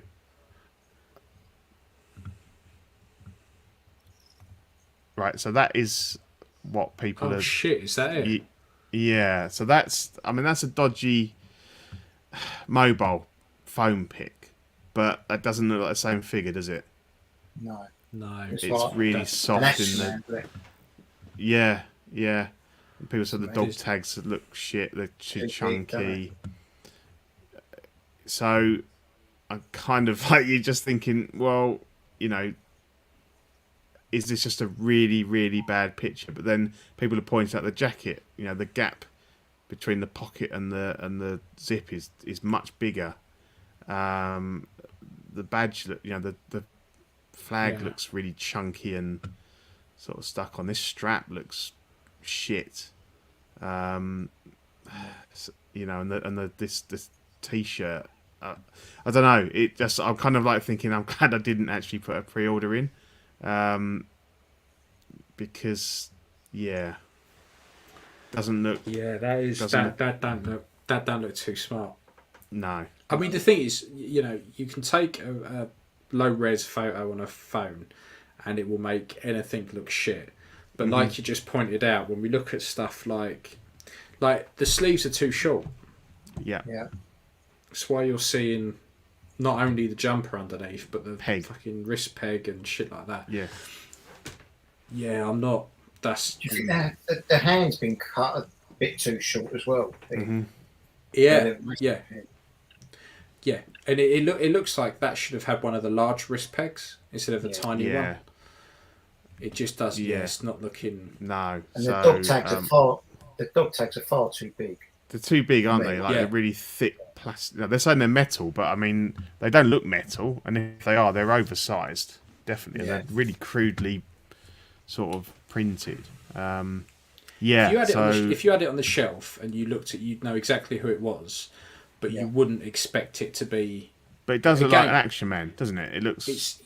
This screams Ash Williams. It's the same kind of thing where you would have that on the shelf and the Asmus Ash Williams and a load of other stuff, and you go point to me two figures that aren't licensed, and you go those two. This one, and you go nah.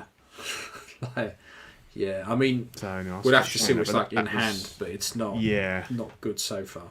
No, so a bit of a shame because I was really pumped for this. I thought that's really good, but now I'm a little bit worried about it. The knife's metal, but people saying that doesn't look great. So it's due out end of the year. So I mean, hopefully that's not what we're going to get, or they're going to take note of the fact that This happens a lot, but there's too much of a difference between what we've got here and what that looks like. Because looking at the renders and stuff that the different artists have put up, and they've shown, this is, I can talk about it now. This is what we painted. Yeah. It looks fantastic. But it does. That photo. The thing is, companies need to get out in front of stuff like that. Yeah. So as soon as they notice something like that's been posted, they need to put a proper photo. Yeah, and I know that like Inigo and Dario have been posting a lot on Facebook since then, and kind of try and reassure people that the quality is going to be there, and I really hope it is. But yeah, I agree. Here, Andre says would look great next to my Skeletor Aliens Bishop figure. Worst thing I bought in 2021. Yeah, I agree. I passed on that because I thought my custom one looked better than that. So it's I hope it's not the case, and I hope this is as good as it looks, because if he's launching a line on the quality of this, then it needs to look as good as that looks in the middle there. You know, because he's got Cobra is the next one. There's a Rocky from the first movie. There's a Rocky 4. There's the over the top guy. You know, so they've got a long line planned, but obviously you got to kind of go in strong, haven't you, with these? And the thing is, we have to remember, like with the promo shots and things like this, is we are looking at the master version of it. Correct. We're looking at that head sculpt is the one done by Inigo, and that paint is the one done by Dario, and the clothing's done by like top tailors and stuff like that. Mm-hmm. When they move to mass produce all of that, these people aren't sitting there doing each individual one. No. You know, they cast the sculpts, you lose some detail. You know, it's different people painting it. Somebody's following a tutorial on how to paint it, and you know, it's the master paint. It's like JC Hong isn't painting every single hot toy. He paints that one that looks fucking amazing, and then other people do their best to replicate what was done there. Yeah, so, you have one person doing like eyebrows, another person doing the eye. Yeah. So you expect some loss of, but you know, not to that extent. Where it looks like one of those soft vinyl heads that's just been flipped out of a mould and shoved some eyes on it and away you go. Yeah, exactly. So I want it to be good, but I will happily wait and see how this comes out. Yeah, fingers crossed it actually comes out okay. Yeah, because I'd be really up for getting a Rocky 4. But yeah, obviously with that, it's very much going to be, the sculpt needs to be epic, because obviously there's not a lot, you know, the outfit's not a massive part of the figure. There's not a lot there, whereas this, you know, you could get away with it a bit more because there's more stuff to it. But so we shall see. But we shall see. So this I like. So this is the Tough Guys Frank for 150 quid at Q3 2022. Again, this is one of those figures that it's a really good base, because I like a Punisher with skull makeup, right? I think it looks fantastic. So I like both the. Yeah, I've done a few. So I like both the head sculpts. I think the jacket's good, the coat, the shirt's good. You get a decent lot of weapons. Mm-hmm. Yeah. I like it. My only complaint is the body, with the super shiny arms.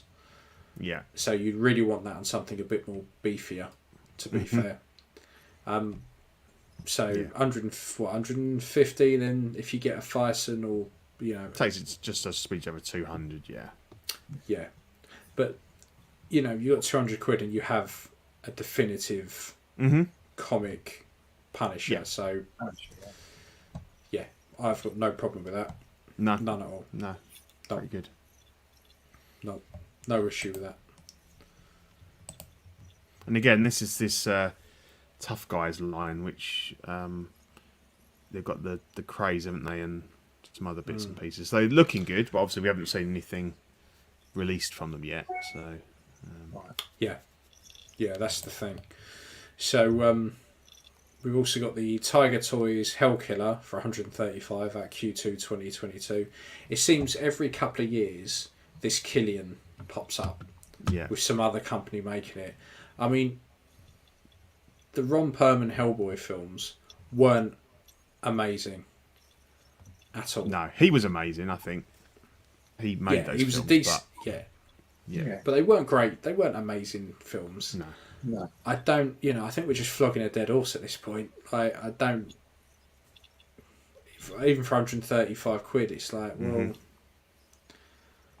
no. I just no. No, I don't see the appeal, and It's obviously cool the guy- character. Yeah. Yeah. But who are you pairing it up with? You pairing it up with a new Hellboy, sounds or your rotten, Yeah. deteriorating Oh, original Hot Yeah. Toys one? Or I know there was a Yeah. couple of third-party ones and stuff, but I don't know. Just seems a bit random. Yeah, a robot Yeah. Nazi. Yeah, so it is odd. Certainly not something that I'd be interested in, but variety is the spice of life, as they say. Yeah. It is indeed. It is. So this next one I'm very much interested in. So Toys are teasing a Red Hood from the last series of Teen I Titans. just saw They've this been episode shouting- last night. Really good. Really good. I honestly, Teen Titans is absolutely fantastic. It's probably one of the best DC things on TV. Yeah. So yeah, I'm very interested in this. I love the smashed out helmet. They need to hurry up and put up for pre-order because I will pre-order it. Yeah. But again, It's- it's So Toys. They're just kind of they've got a real beat on what's hot and what people want and stuff like that, and I like it. Yeah. And Get it out there a couple of quickly as well. yeah, exactly. Yeah. And they solicit these things up, and then the figure will be up for pre-order, and you'll have it in 6 months, a year. They don't charge through the arsehole. They do Yeah. decent work and they get it out quickly. Yeah. There's none of this like, there's a new TV series on. Let's be Hot Toys and let's put it up for pre-order, and you'll have it in 3 years. By the time that character's probably not even in it anymore, no one's fucking interested, and we've all moved on to something else. And you're like, great, yeah. And we've got Mark now, and now we're rocking. I just want the figure. No need for head sculpt. That guy's face is so punchable. I agree. Definitely agree. But that's why he makes a really, really good Robin. That's why he's probably the best Jason Todd you could have. Yeah. So yeah, very, very good. Very, very, very good. And then Do they? So I've only watched 3 episodes of the series. Do they explain how he's come back seemingly from the dead? Okay, good. Yes, yeah. It's not just I'm back and you're never going to find out why. Yeah. Thing is, if you read, if you know a lot about the comics and stuff like that, and like a big Batman fan, as soon as Red Hood appeared, you were like, I know exactly who it is, and I know exactly how they came back. So it wasn't a massive surprise for me. But Is it a Lazarus Pit job? 100%. Yeah. I assumed it was. It's always going to be that. Like, yeah, exactly. That's what I was thinking. Yeah. Yeah, 100%. The way he comes back with the Lazarus Pit is really good. You'll enjoy that. Cool. I'm enjoying it so far. Yeah. Just seen poor Hank end up in pieces. Yeah. Yeah. It's honestly such a good series. It is good. It's very, very good. So while we're riding the Batman train, we've got Jazz Inc. dioramas, the 1989 Batwing first paint up, and the 1966 Batmobile production samples have been sent off to Warner. They just look fucking amazing, don't they? Yeah, I mean that Batwing is huge. That's their first paint up, so they're kind of a pre-production stage on that one. So just to point out what can be used for scale here is the full-sized fucking pallet underneath it. Yeah. Like, wow. Yeah, it's scarily big. That's big. And yeah. it's I a few didn't realise times, actually. I was reading some stuff on the forums, and apparently it's people complaining it's oversized because when Yost looked at the blueprints and stuff, he didn't feel that it was possible to actually get the 89 Batman in there. Yeah. Because I think with the it was difficult to the Hot Toys Batmobile. you couldn't really get him. I think you had to take his boots off and stuff. So it's even bigger than it should be, and it's an absolute beast. It's really cool, and I do love it but I'm quite happy with my Lego one, a fraction of the price and much smaller. But it does look really cool. And obviously the 66 Batmobile. I think they've made 3 kind of production versions now, which are going off to Warner Brothers for approval. Looks really good. They've been putting a lot of pictures up about the painting process and stuff. So they spray it all red, and then they kind of mask off the bits and paint with the black. I know they've had a hard time with this because there's 1,000,001 experts on this saying this is wrong, this is wrong, and it's there's multiple variations of it and everything. So they've had to kind of make some decisions on things, but and I know Yoast put a video out yesterday saying they're changing a couple of bits, but I think it looks great. And there was one point where I was tempted to get on this and get the figures and everything, but having had the 89 Batmobile in hand, this isn't quite as long, but it was just too big, just too massive to display. I mean, the DeLorean's big enough, but that's a small car, isn't it? In terms of cars. The thing is, when you start to look at vehicles like cars and cockpits and shit like that, you really need to just, for most people, it's a choice of you pick one. And that's kind of your prized centerpiece thing. Yeah. I love used stuff, but it's not particularly I'm talking about his vehicles. Like, you don't collect them. You pick one, and that's your focus, and that's your centerpiece. The backgrounds he does for Det-Offs and Billy bookcases and Besters and that. Fill your boots, get as many of them as you like. Yeah. But most of his stuff is a centerpiece type thing. It's not like you have everything he ever does. So I can understand why people get so transfixed, but they have to remember that you can't. There isn't when they film these things, they don't have just one version of it. No, there's different versions. There's no one definitive version. Yeah. No. That's the thing. You have to make an artistic choice, both for practical reasons and also just from aesthetics. Aesthetics, there was a lot, and obviously the Falcon cockpit. There was so much chat about the colour of it. You probably got the lighter one because you've got a later release, haven't you? So you've got the more. One, yeah, but to be honest, it doesn't bother. Doesn't bother me at all. I don't mind the darker grey, and I was offered whether to wait for a later run, and I said no, I'm good with it. I've filled the screw holes and I've painted over them. In actual fact, the grey of it is very similar to the grey of the Lego UCS one, so I'm more than happy with it. But people got so fanatic about it, and I thought, well, once you've got the lights on it as well, people, and a couple of figures in it, you don't really look at the outside. You don't. You see, and you look into it, don't you? You're more interested in the inside and seeing all the lights and the LEDs and exactly. There's inconsistencies with Star Wars anyway. That, to be honest with you, which one's wrong, which one's wrong. It's exactly. Because stuff like the Falcon cockpit, it's the reverse of every other vehicle or anything else you have in your collection, where you can sit back in a chair and look at it and go, that looks really good. Yeah. You sit back and you look and go, fuck me, that looks boring. It's only when you look inside it and you go, this is fucking amazing. Like, you've really got to, it's one of those. It's a reverse TARDIS. Yeah. Because it's just a tub. It's just a shell. For what's inside. Yeah. Whereas obviously these is all about, the look of the outside stuff. And I would have been interested in the speeder, but I think, as you say, I've picked my piece. I've got the Falcon cockpit, and that is my Jazz Inc. I don't have room for the snow speeder. Have you seen his next project? It's a TIE fighter. Oh, Jesus Christ. I know he said he wants to do one.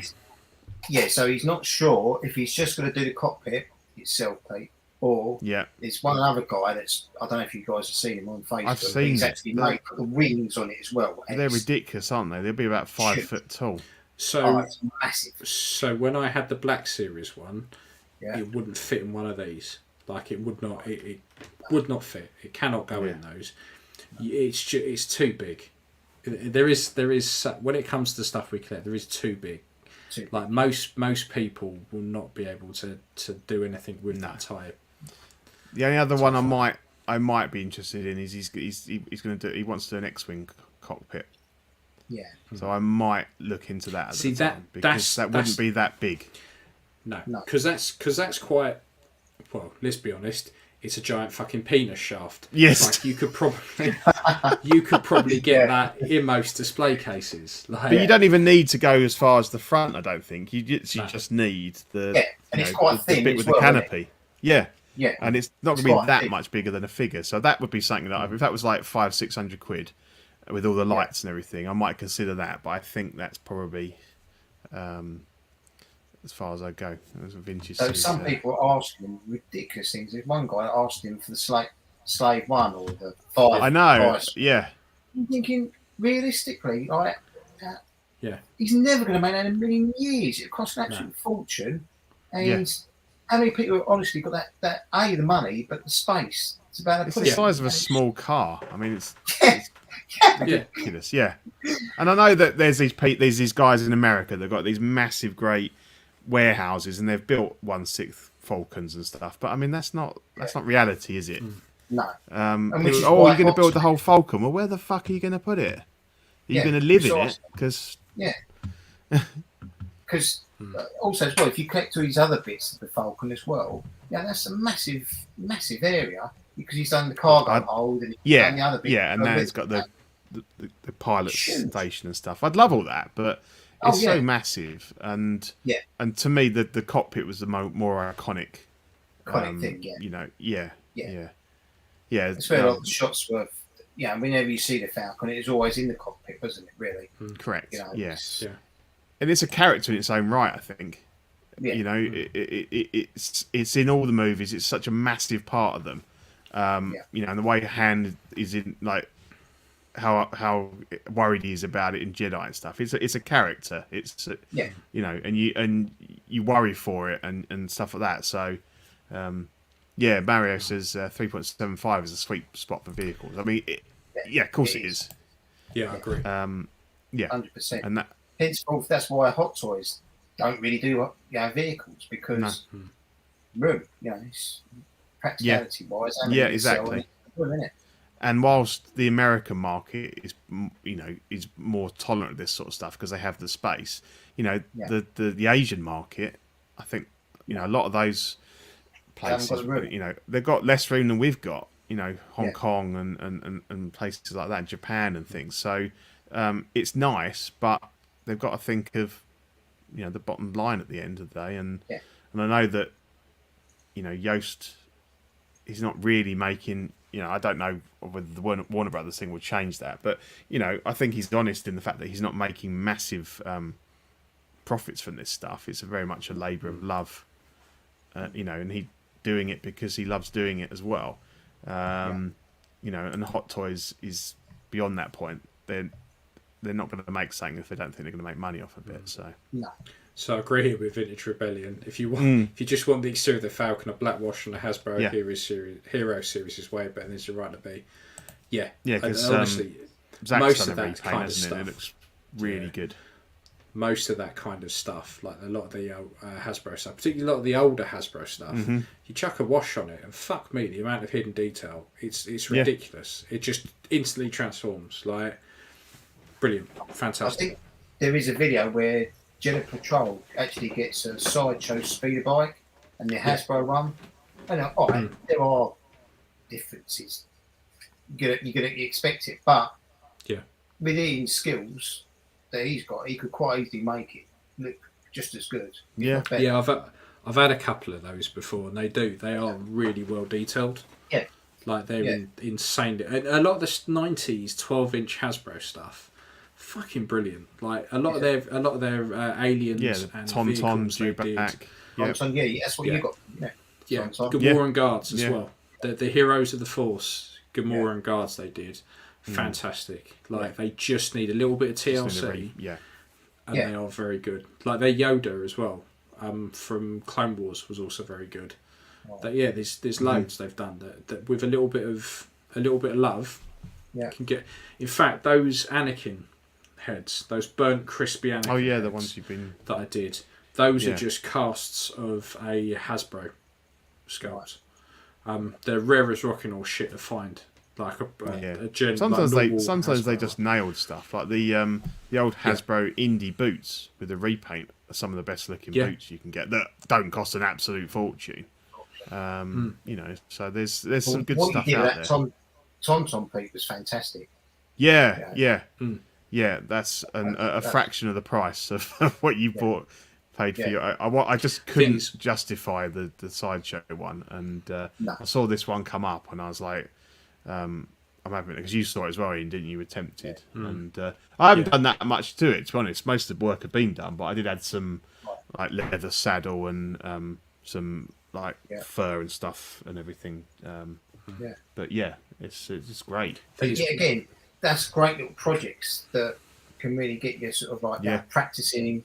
And and if you can pick them up like that Dewback, I got him for 50 quid. Doesn't matter, does it? I got that Dewback for 50 quid with the Stormtrooper, and the Stormtrooper's absolute gash. But all I did was cut him in half and used him for Elf on the Shelf display one night.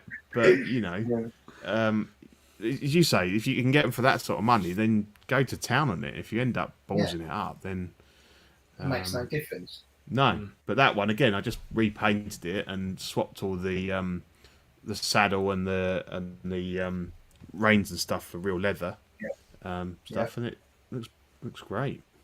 That's great, Cool. So we've got to that time of the show again where we should probably thank our wonderful, wonderful sponsors. Yeah, must not burn. Only Fools and Collecting is brought to you by Watto's Scrapyard. They 3D print parts for your hard-to-come-by Kenner vehicles. They 3D print 1/12 and 1/6 scale head sculpts from a massive back catalogue. If there is a particular character you want, he can design and 3D print it for you for a reasonable price. Check him out on Facebook and Instagram. Backdrops and bases displays are printed directly to substrate on foam display board using UV matte inks, so there is no fade or glare. The nameplates are precision etched using their in-house laser machine. They offer a very bespoke service designing displays and nameplates to your requirements. You can contact Backdrops and Bases via their Facebook page, Backdrops and Bases.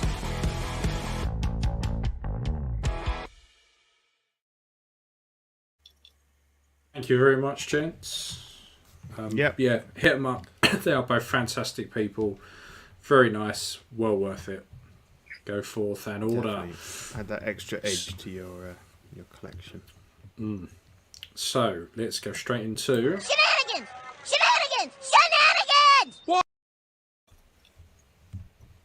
That's probably one of my favourite intros, the Shenanigans one. Yeah. By far. So, Hot Toys have been doing what they normally do and putting little teasers in magazines, which is very, very nice. Yeah. So they shoved in a magazine, The Amazing Spider-Man 2 has been featured again. Now, my Chinese is pretty rusty, so I have no idea what the fuck it says. But it's led to a lot of speculation about, are we going to get a reissue? Because to me that suit in that magazine, particularly on the left, looks a lot different. And that, I don't know if that's just because it's a picture. They took the picture when it was brand spanking new, but that looks very, very good. And if they do really see the only thing that throws me off is they've got him dressed up like in his winter gear. Yeah. Which, if you were going to release it for No Way Home, you wouldn't have that. You wouldn't have it. But if you were just going to do a straight reissue, because The Amazing Spider-Man has started to pick up a lot of traction, and people are now calling for we want the Amazing Spider-Man 3, we want the third film that we couldn't even be asked for years back, but now we want it all of a sudden. Yeah. So I don't think they're necessarily going to I don't think they're going to reissue, but I think we will probably get new figures, but from No Way Home. Yeah. Yeah, I think people that can read it have said something about it. It doesn't necessarily say anything about. It's just a showcase of what they've done in the past and things like that. But it'd be a no-brainer to announce the Andrew and Toby figures, surely, from No Way Home, because people will be all over that. 100%. And then you added this next one, Pete. So this is all this stuff. Obviously, we've talked about the Rambo figure, and I've thrown a spanner in the works about whether or not it's quite what they're offering. But yeah, there was a few little teasers saying that obviously that Stallone himself was going to do an unboxing of the Rambo figure, and he's also teasing the Cobra figure there, and that's where it says there we've got Rambo, Cobra, Rocky, Ultimate Rocky 4. And I think the over the top one. He didn't really cover himself in glory. He kind of people saying that he must really like the kind of the hobby and care about it. But he didn't look like it. He kind of like ripped the box open, pulled it out. Here's the doll. Calls it a doll, which. To me, is a bit of a no-no in this, and it was like a 1 minute video, and it wasn't really what I was expecting. I thought he might actually take it out and show a bit of love for it, take a bit of time on it. This is a passion project. I really wanted to get. It was just like, give me your money, here it is, and so I don't know. I'm not being funny, but when you look on the Stallone shop. You get the impression it's all about just cashing in on on it. Anyone who's selling a Trilby hat for that amount of money with Stallone stamped on it, you kind of know straight off the bat you're just chiming into what's hot. He's obviously seen custom figures and these third party figures making a bit of money off of his face, and he's jumped on it. And I think from what you're telling me about the video, it just kind of highlights the fact that he's thinking, I never thought anyone would make a figure of me from that bowling movie where I won that photo of a fetus. But, anything goes. But, I just think I'm a little bit disappointed in him. Because I'd like to... It was nice to think that he really was passionate about this and that he thought the ones that had been out would look crap and he wanted to do a real proper job. But it just came across as a bit like, buy this shitty doll, give me some more money. And I don't doubt that the artists behind it are very passionate and we know their work and we know, but I don't know. I didn't get. He just didn't seem very genuine. No, and it was just like it was. Yeah, I thought I was expecting a lot more from it. He didn't get anything out of the box at all. Just held the box up and went, this is me. This is what I looked like when I was younger. Yeah. So. It's a bit of a shame, really. Yeah. Because his target audience are the collectors, isn't they? Yeah, exactly. He's got 7 dolls to kid at the end of the day. No. Like you said, there's a lot of talented artists involved with that. Yeah, exactly. Dolls, a bit really offensive. And he just sort of cheapened it a bit, I think.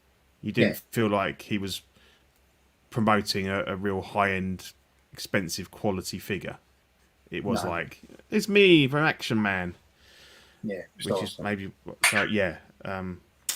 not good style. But no. So it was a bit of a shenanigan, but it'd be interesting to see how many others get announced before Rambo releases, because obviously people might be a little bit more cautious now. I obviously Cobra's going to be the next one. Because we've got the box and everything, but I think it's probably one of the. I know Steve loves Cobra, but I was never a massive fan. It's not an iconic Stallone's figure like character for me. So, you know, people are going to be more. They're going to be more cautious on that one now than maybe they've seen these differing pictures of Rambo. And obviously, if it was never going to probably shift as many units anyway, you've got the worry that it might die on its arse if he doesn't sell any Cobras. Then, and that's the thing. Like, if he comes across disingenuous, you kind of get the impression that if it doesn't tick a certain amount of boxes, are they going to carry on? Cut it off. Or is he just going to drop it and go? Yeah. Because you know, from what you're telling me, it sounds like it was just almost like another. It's just another project. Like it just didn't get any passion from him, which is really disappointing, I think. But yeah, it's a shame. You know, has he not got enough time in his day to spend 10 minutes getting it all out and showing you what it comes with and stuff? Yeah, but somebody somewhere on his team are passionate about it because they got those artists that you've they know who they've gone to the right people. So and, somebody somewhere knows their stuff about 6 Scale. So you know, surely they must have said to him before he does this. You know, this is your kind of guys that you're speaking to. You know, we've selling these. Yeah, probably best not to call him a doll. Yeah. You know, because that's what most collectors' wives call them, and you know, gets on your tits a bit. This is why I love my just try and sell it a bit, you know, really. You know. Yeah. Although someone said that he's got the post plastic surgery eyebrows though, with the arch on them. They're not his eyebrows from First Blood. No. So. No. So yes, yeah. It's a shame, but we'll wait and see what the product. We know. Jury's out. Yeah. If the product turns out good, then who cares if he cares about it or not? But it would have been nice to feel like he was a bit more invested, like his heart was in it a bit more than just his head. But So let's move on to Custom Corner. I've got to get that one in. It's one of my favourites. I know. It has to get in. So yeah. So Custom Corner. So I've dived into a couple of head sculpts over the weekend and last week. So I got this Robert De Niro head sculpt off of eBay. I didn't know anything about it. I just wanted to paint it. Turns out it's a recast of a Balloon Man sculpt. Yeah, from saw the it before. I guess, is it? Yeah, from The Irishman. Yeah. So it actually made me watch The Irishman, and I really enjoyed it. Which is great, yeah. Yeah, which is a really good film. So, but I didn't paint it up as he was from The Irishman, because he'd have darker hair and stuff like that. Yeah. I just painted up as a Robert De Niro. So in my head, meet the Fockers. Yeah, in my head, it was very, well, I've got nipples, Greg. Can you milk me? Yes, yeah, made me laugh. It was very much that. I bought it because I wanted to paint it, and this is what I call a palette cleanser. So when I do a certain amount of certain types of sculpts, if I do a lot of animated and I do a lot of like armored type stuff. Yeah. I literally last year that felt like if it wasn't Darth Vader or a trooper or a clone trooper or animated that seemed to be all I tended to do last year. So when I saw this on eBay, I was like, right, that's a palette cleanser. I need to get hold of it and just paint it, and just for the sake of painting it. So the sculpt's fantastic. Great, it practically paints itself. It doesn't. I've slightly changed how I paint stuff now. So I used to. I never used to do loads of washes, whereas now I do like a red wash, then a yellow wash, and then a blue wash to kind of simulate the blood, the fat, and the muscle, and then go back in with a bit of flesh, and then pick bits out, stuff like that. So I've kind of trying a new way to paint stuff that's different than I used to. So I'm really enjoying it. But yeah, the Robert De Niro now is kind of sitting here, and I'm like, fuck do I do with it? I either sell it, or I'm going to have a Meet the Fuckers figure at some point. Like, so I'm not quite sure what I'm going to do with it at the moment. And then I finished up this. And the stubble effect's really good. Yeah. Well, with that, so that's a lot of sponging and So you put a wash on effectively, and then you get a sponge and just dab it off, and then that gives you that kind of effect. Because when you're doing that, you've got to be careful it doesn't sit too much in the ridges, because what you then get is a very pronounced, like his jaw would be super pronounced, like his jaws. So that was handy. And then, but the only thing with those ones that is a little bit funky is this neck part here. So it is just so you might need to drill it out to get something in there. I've seen people, because there's also a Tom Holland one that people use a lot for just having a normal non-suited Spider-Man, and they get the gang hood, the smaller body, and they actually cut out the piece around his shoulders to kind of slot that in. So that's kind of an option for those. But I kind of like those ones with the neck. Send me a link to that, because I think I might be keen on putting together a Nathan Drake custom after I've seen the Uncharted movie. So I'll send you a link, because I think it looks very, very similar to that in terms of quality. So that would be good. Oh look, I missed him. I did miss Toy Mafia. So I did that one, and then I got this sculpt to paint. It's a Rekka from Bad Batch. That's it. Thank you. From Bad Batch. I've got this screaming one that I've just finished off, and then there's a regular faced one that I'm doing, and these are 3D printed. I cannot remember for the life of me who designed it, so I'll post some photos later with who designed it. But yeah, so I did that last night. It's kind of a weird mix between slightly realistic and animated. But the guy who's had, I'm doing this for, has got all the armour printed and painted and ready to go. So he's going to have a full 6-scale Rekka. So I'm looking forward to seeing what that's like on there. But I've got a few other bits I'm kind of working on at the moment. So I've got another Vader, the bullets from Who Framed Roger Rabbit. I even picked up a little what's his face, blue guy, Thorn to do. Oh yeah. So yeah, I've got a couple of Scorpion and Sub-Zero that I fucked up in the most stupid way possible. Bought some yellow spray paint for Scorpion, picked up Sub-Zero, went outside, sprayed it all yellow, brought it back in and went, "You stupid cunt! That was meant to be Sub-Zero." So I need to strip that down and repaint that. So that'd be fun. Otherwise, it'll end up green, and you'll have what's he called? What's the other one? There's a green one, isn't there? Reptile. Yeah. Reptile. And then what I have done is butchered a Anakin sculpt as well to stick inside another helmet. So I've kind of the joys of Dremelin. So the idea of that is, here's a good tip. If anyone has the Sideshow Return of the Jedi Vader, the sculpt that comes with it is hollow.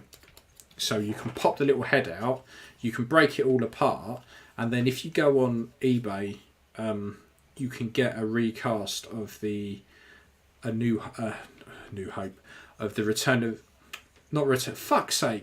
Revenge of the Sith. The Revenge of the Sith Anakin, and you can chop it to bits and then just put it inside, and you can do that whole battle damage thing where you cut the eye out and then he just sits in there poking out. So I've got that to do at some point, but I kind of need to finish off a load of other stuff first. But I'm quite busy with all that at the moment, which is quite nice, because I can just knuckle down and get on with it. But I want to do a bit more like Robert De Niro, because I've thoroughly enjoyed painting that. It was one of those, I got it and I said, do you know what, I'll just fuck about one evening, try and paint it. And before you know it, it's like 11 o'clock and you're like, right, that's finished now. And you're like, oh, okay, I guess I'm not touching anything else tonight then. That's that done. You kind of lose yourself in it a bit. So the hair on that De Niro, it makes it look, that and the stubble makes it look so sort of like realistic. How you done that hair? It's spot on. So the good thing about sculpts like this is they're jam-packed with detail. Right. So when you're doing your washes and stuff like that, so the hair, originally. So I painted that quite dark to begin with, and I build up some layers with some dry brushing, and then some washes and stuff like that. But it really helps to have that kind of sculpted in detail, because other sculpts you get that don't have that, you really can't do a great deal with it. You can kind of, you know, at the end of the day, it's paint, it's not magic, so you can only really paint what's there. So it just helped that was a very, very detailed sculpt. It helped that, you know, even with no paint on it, you just kind of went, that's Robert De Niro. That's 100% Robert De Niro. There's no quibbles. It's no like, well, it's 90, 50, it's 60, 70, 89% there. It's like, nope, that's instantly Robert De Niro. It's just a shame you haven't got anything to use it with. Any use for it. Yeah. Any use for it. So I think it might just end up going on eBay, I think, for like 50, 60 quid or something, and see if anyone has it. But it's a great example of your work, though, isn't it? Yeah, and that's the thing. So sometimes it's just a case of getting something and painting it because it looks cool. Yeah. You know, if it sits in a drawer then for ages. I was tempted to do kind of like either an Imperial officer or some kind of like smuggler or something from Star Wars. That'd be cool. I think if I raid my bits drawer, there should be something I can use, because apparently him and the guy who plays Scarface, Al Pacino. They both turned down Han Solo. So that could have been could have been very interesting. So yeah, I might try and do something with it, just so it's as something to do. But I've kind of got a load of other stuff I need to get through first. So yeah, that was my little bits of custom core, and I think you were saying, Ian, you've got something, haven't you? Yeah. So for those who didn't see the unboxing, I unboxed this, which is by, it's a third party diorama base, and I believe it's from one of the Star Wars games where Snowspeeder crashes into lava. It's supposed to be lava as such. So my idea is I'm going to try and paint. Well, I'm going to try and put this stuff here, which is fake snow. Put some PVA over the top and just get a sieve and just slightly sieve it over. Then wait for that to dry. Put another layer of PVA on top, perhaps with a spray, and then just build it up in different different stages. The idea being is that I'm going to try and make it look like from when he crashes in the Empire, because I've got the sideshow X-Wing Luke with his helmet on. I'm going to get him to look up, like they've got in the XM statue, looking up as if he's going to go onto the AT-AT, because it does actually come with a flight pole, which plugs in just there. Oh yeah. So you can have him actually, if you did get the Hot Toys one that's coming out, he's actually got the grappling hook, so you could actually have firing up as well. But I thought it's a diorama base, little projects for myself, just to make it look snowy. It's just something a little bit different. In terms of the scale, it's not quite 6 scale, but if you had him going up, it could almost be like. To be fair, because it's kind of smashed up. Yeah. The scale's not so important because you kind of you know what it is. Yeah. But you I think you'll get away with that. Yeah. Yeah. Yeah, I like that. That looks really good. But to be honest with you, Ian, it costs $70. Yeah. It is. I'd say. I don't know. It's quite heavy. Put it that way. Yeah. But it's by a company called Toy Box. It's third party. I mean, they call it Base Station. So if anyone's looking for it, it's called Base Station. There is a review on, I believe Justin did a review on it as well. Yeah. So if you want to see it in better light than what I've got. But that's going to be my project. I did intend to get on with it, but obviously life events got in the way for me to do it. But I will post on Ox, obviously the final things that people can see. Yeah, definitely. I can't afford the XM, but I love the pose they got with that. Him just looking up, and the sideshow piece. To be honest with the helmet on, the head sculpt's passable. Just him just looking up. I just just think it'll just be just something a little bit different. Yeah, definitely. I love all that kind of diorama stuff. Yeah. So I have noticed I in the can't actually- book, now, having said that we only ever need one jazz ink piece, I see that you've got the land speeder there as well. Yeah, I've got the land speeder. I've got to say, Peter, I'm a little bit disappointed with the paint. Yeah. It's not. It's nice from the outside, but when you look inside, it's the cockpit's a bit basic, isn't it? It's a little bit because I ummed and ahed about it and I didn't in the end, but yeah. It's a lovely piece. But it's, like I said, for anyone who's a collector, the layman is going to look at it and go, "Yeah, that's really cool. Yeah, it's really brilliant." But for any collector or anyone who's into their Star Wars, are looking and going, "The paint's not quite as great." No. But like you said, I've actually got the race speeder coming along.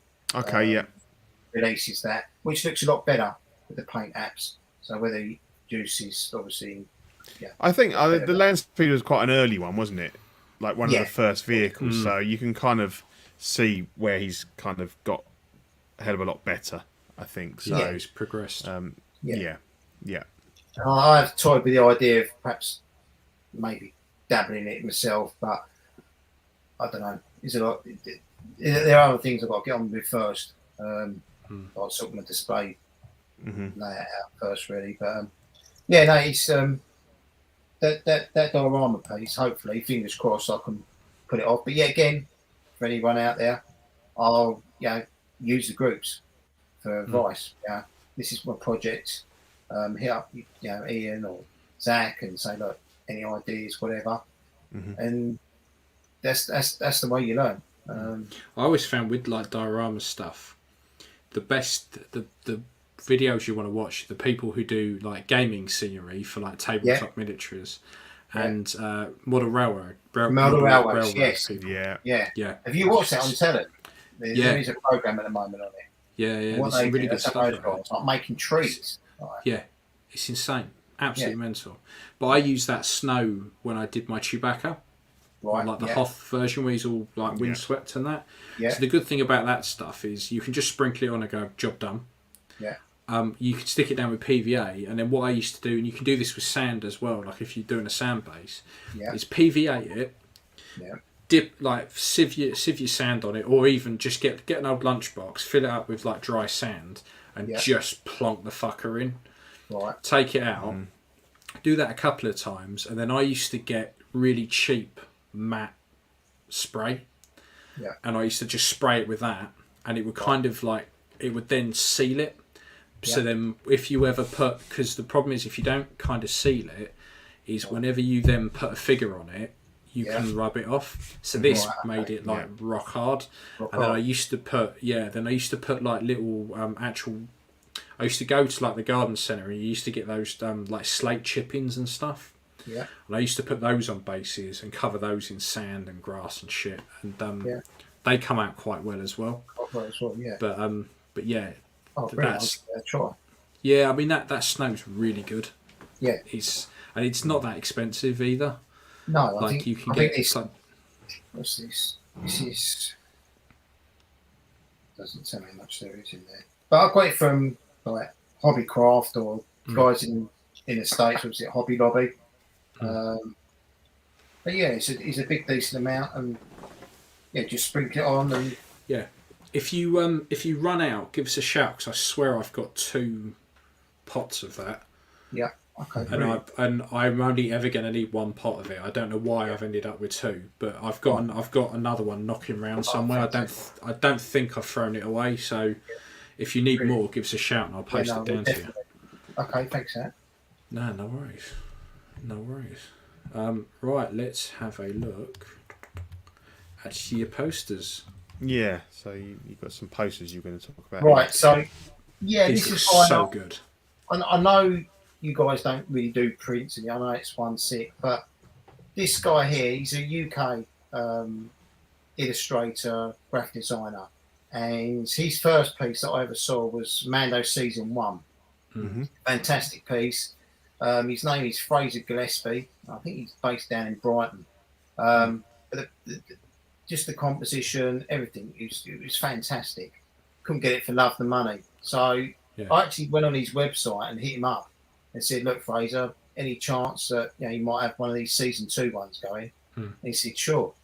When I got it in hand, it was absolutely fantastic. So where you see his spear and these little lines going across, that's actually they've what they call silver foiled it, full blocked it with the green and black, and as a print, it's absolutely amazing. I wish I could get it out and just hold it up to you guys. But he's done other stuff as well. So he's done the Stranger Things, I found out, Blade Runner. But I guess he gets commissions privately to do these things. But I'll try and put in the Ox group his actual website so you can check out his other stuff. But his illustrations are absolutely fantastic out of this world. They look fantastic. Yeah. Oh, they really are. And in hand, they're even better. I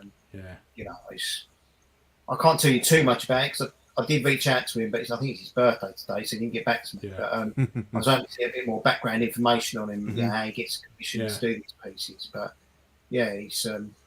he's got every single detail you can think of within that particular season for the Mandalorian, anyway. It looks The Mando's my favourite one by far. It looks awesome. So he's a really talented bloke, so obviously check him out. I thought I'd just throw that in there, just a bit different because I know there's quite a few people out there that like their prints, and he's one guy just really cool. Keep a lookout for. I love prints and that. It's just I need the wall room. That's the thing. Because this whole room would be covered if I had my way. Yeah. Absolutely covered. That's they are nice. fantastic. I mean, I think we're always happy to have any kind of it doesn't have to be figure related. Like we talk about movies and TV, and the other guys big on comics and things like that. So anything like this is great. I mean, I say I'd love stuff like this if I had the wall space. But the only spare wall I've got is the one I project onto, so I can't put anything on that. A bit fucked if you do that. See, I like stuff like this, and I like stuff like this if you can get it kind of scaled down. Stuff like this is perfect to stick in with the figures. Or have it as if you can get it sized up so it's a background that sits in there. It's just fantastic. So I think we're just going to talk a little bit about the Boba Fett, Book of Boba Fett. We've all watched it, haven't we, this week? Yes. Yeah. Well, I watched The Mandalorian. I'm not sure I watched You watched The Mandalorian hijacking 95% of a Boba Fett episode. I absolutely loved it. It was fantastic. Fucking loved it. I'm not sure what that says about Book of Boba, that the best episode was basically the Mando. I fucking loved it, and that ship. It was just sort of minute I saw it, I went, "Oh, it's a Naboo starfighter!" And they just pimped the shit out of that thing, and it was brilliant. I loved it. I had a big smile on my face like the whole episode. I thought it was a really good episode. I liked the way. What I did like is, if I fast forward to the next series of The Mandalorian, I'm not going to have to watch an episode where he has to explain why he didn't take his helmet off. Well, sorry, why he did take his helmet off. I'm not going to have to go through the whole "I've been ejected from my order" shit, because we've done that. It's dealt with now. So it kind of, so I'm happy that it means we can get straight into it when Series 3 knocks on. Yeah. But it's thrown a bit of a curveball, because I like the Book of Boba Fett. I don't find it, like, people have a real problem with it, but I think it's fine. It's Star Wars. It's great. Boba Fett's awesome. I like him. The only thing I don't understand is how he can go from being such a badass in The Mandalorian to this. Right.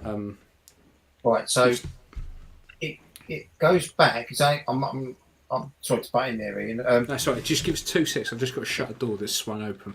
Yeah. I'll be back in a sec. Okay. Right, you can carry on, Ian.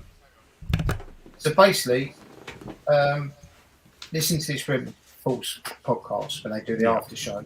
The guys there were explaining that as a child, when you see the flashback of his dad flying off, the fact that he got left behind, he had no sense of belonging.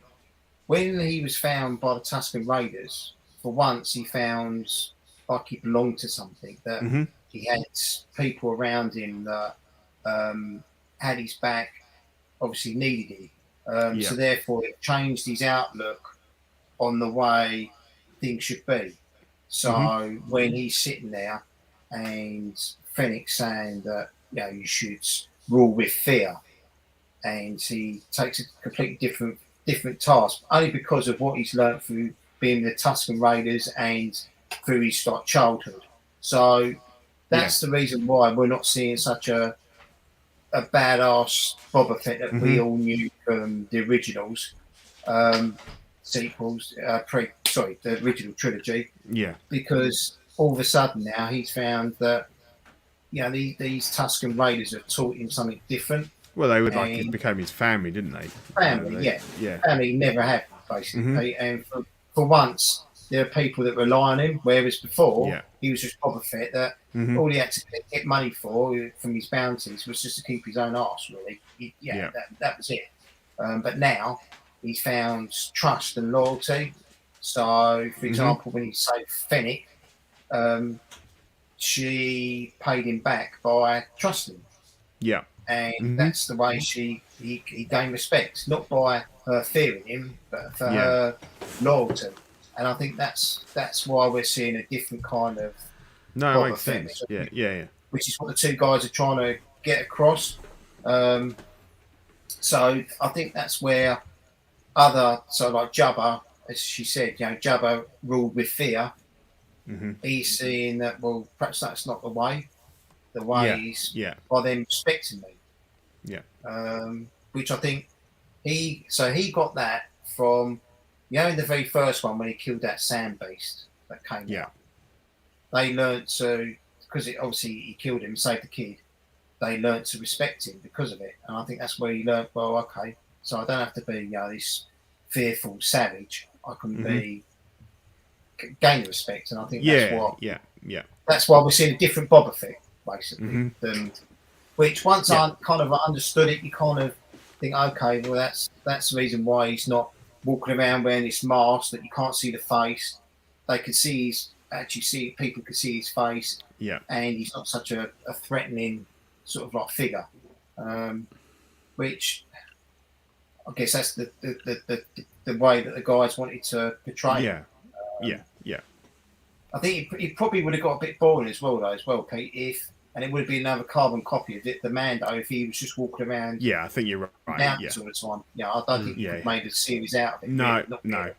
No. And he's older, isn't he? You know, he's quite a bit older now, so which I think he's began to realise he's fault. You know, the older you get, you're not as strong, and and he's been stuck in that Sarlacc pit for all that time. But there are plot holes for it. You know, things you think, well, why is there a stormtrooper in the midst of the Sarlacc pit? And how did Max Rebo survive? When it all blew up. It doesn't quite make sense. So from that respect, I think then the mods as well, they're riding around in that doesn't make sense. You know, really truly, did they need that? Not really.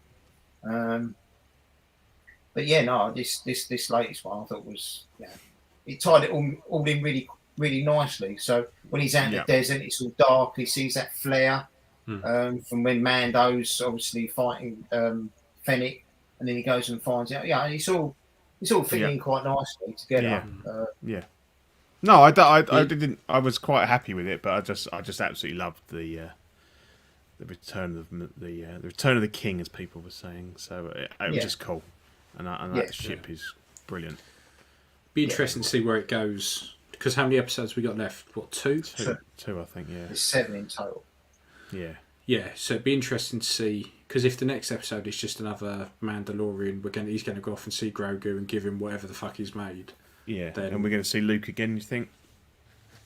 If you see Grogu, you're going to see Luke.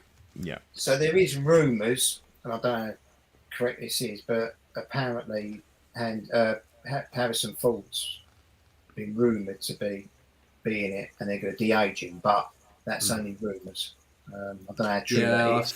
I've heard that, and I've heard the other guy was going to play him, and all this.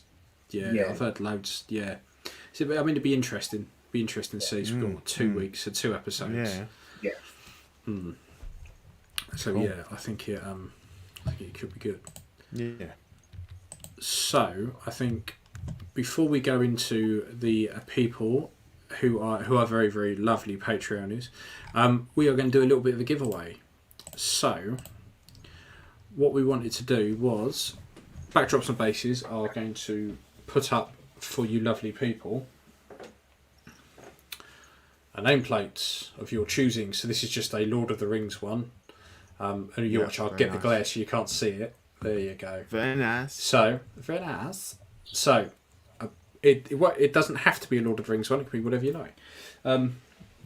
So to win one of those, all you need to do is answer a question, and it's Mandalorian based because that's all any fucker wants to talk about lately. So the question to win. So we're going to ask the question. First person put it in the comments will win. All you need to do then is just reach out to us on Instagram, and we will put you in contact with Backdrops and Bases, who will print you it off and send it off to you. If you're not in the UK, you've just got to pay the postage, and you get a lovely little nameplate. So the question is, what droid appeared in the last episode of Book of Boba Fett that was in the video games Fallen Order? That's it. So I'm going to put a countdown. First one in the comments who answers gets it. Okay, so go.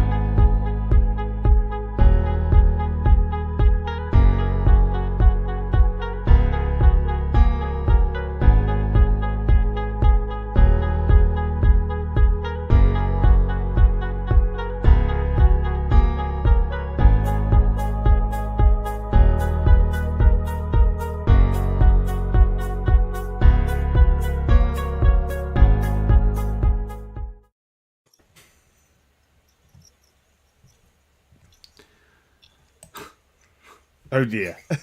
Wasn't not that one. No. But I like that. It was the little guy that was getting chewed on by the Womp Rat. That's it. The little one being chewed by the Womp Rat, who was helping them. Well, let's say he was shining light. He was shining a light on proceedings at one point. He was. Let's let that one. Just keep an eye on it. Yeah, we keep an eye out.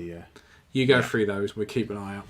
Yep. So the time of show, we like to say massive thanks to our Patreon members. And when we talk about how long Ian's been a fan of the shows, the network, look, he's in there second, right just behind Sean Fear.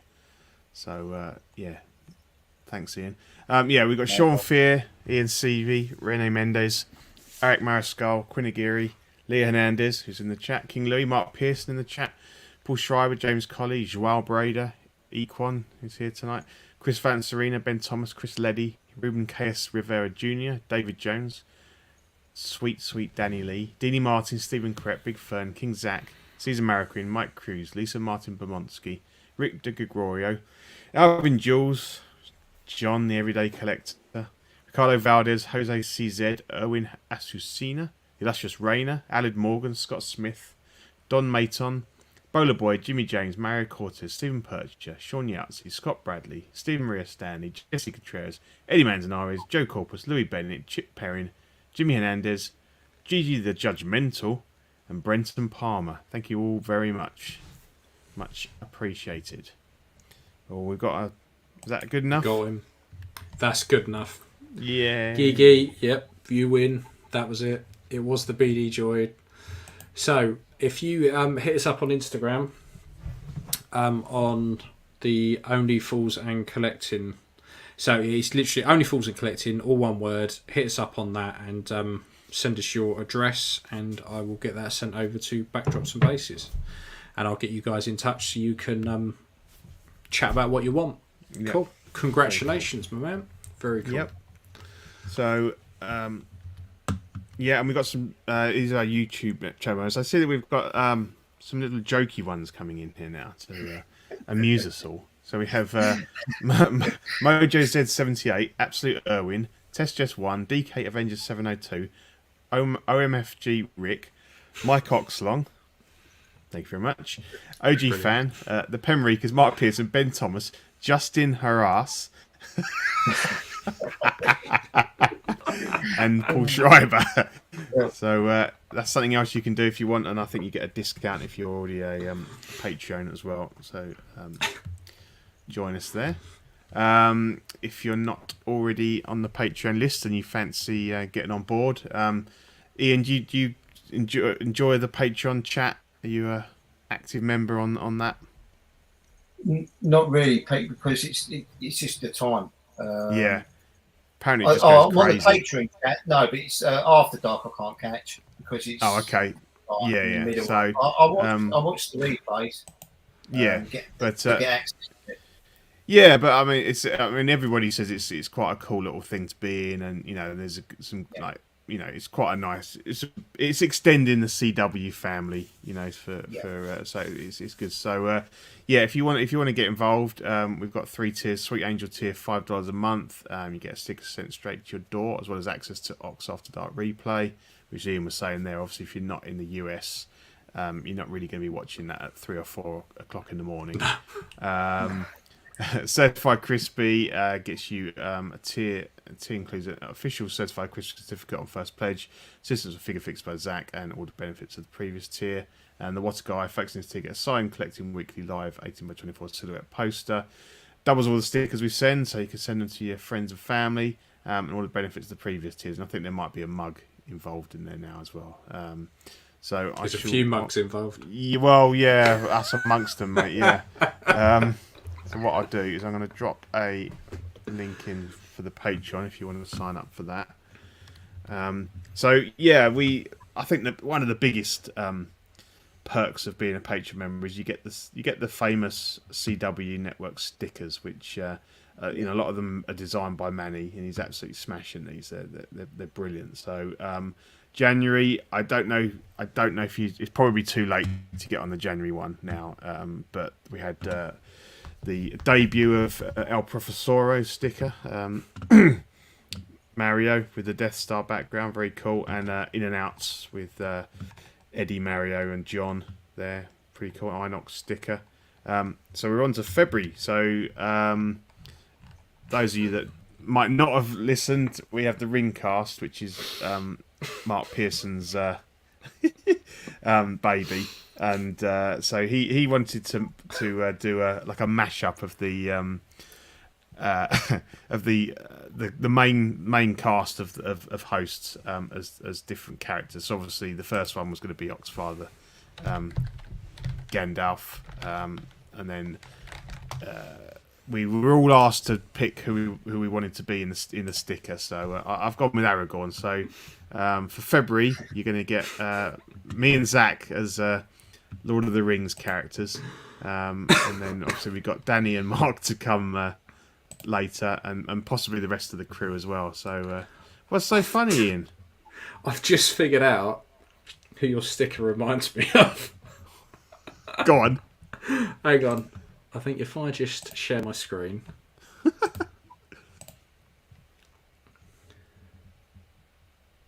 There you go. Okay, yeah. Yeah. It just pinged in and I was like, yeah, okay. Yeah, I can see that. Yeah.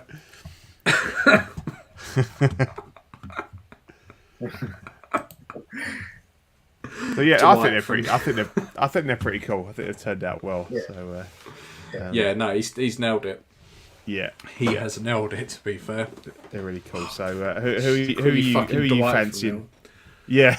Thanks. The problem is that the thing is, most people who can't grow a beard have opted for bearded characters.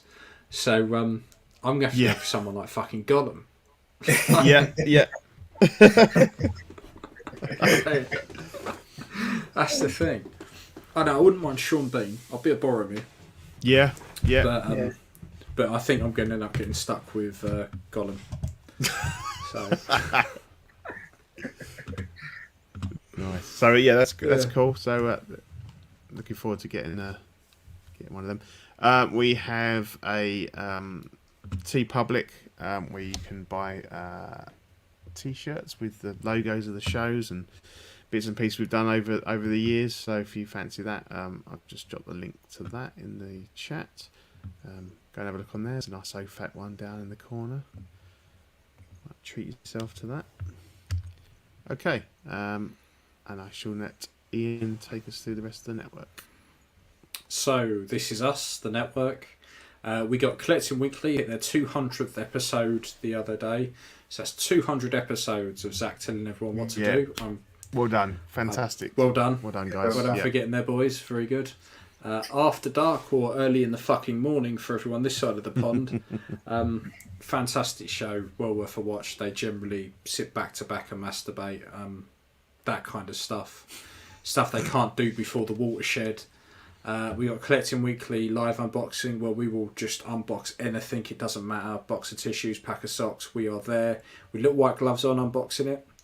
And then it goes back into the vault by top men. The bi-weekly programs. Top men. Top men. The bi-weekly programs, which doesn't mean we swing both ways. It's the it's OFAC, the jewel in the crown, the reason why we're all here. Us. Small talk, the little itty bitty things in collecting. Like we said, top guys. They run us through the stuff that we look down upon. Do you know that meme where you've got Tobey Maguire's Spider-Man when he's watching Mary Jane and he's happy as pig in shit, and then you've got matey boy Harry Osborn up there just looking at him like that. We're Harry Osborn in this situation. And then in and outs, which is all the shit that we can't afford. So again, they're the Harry Osborn in that situation, and we're Tobey Maguire, the lowly peasants. You've got Live and Let Dice, which is, that's where I draw the line with my nerdiness. But honestly, I could listen to Cody talk for hours. The guy's voice is just mesmerising. So well done. The Ringcast, which I used to mock roundly until I fell in love with Lord of the Rings. And joined us on the last show, And joined you on the last show, which was what I really liked about that was I didn't have to bother with a show sheet. I could just rock up, disrupt proceedings, then be on my merry way. Well, I do that, and I'm on it every time. I just love it. I don't do anything for it. I just turn up and it was good. Open my mouth. We did our power ratings of the Lord of the Rings characters, and effectively for the first four, it was like, so what have you got, Ian? Any of the Hobbits? I hate them all equally. We got Bricks and Brews, or as I like to call it, Zach's new hobby, which is all about Lego.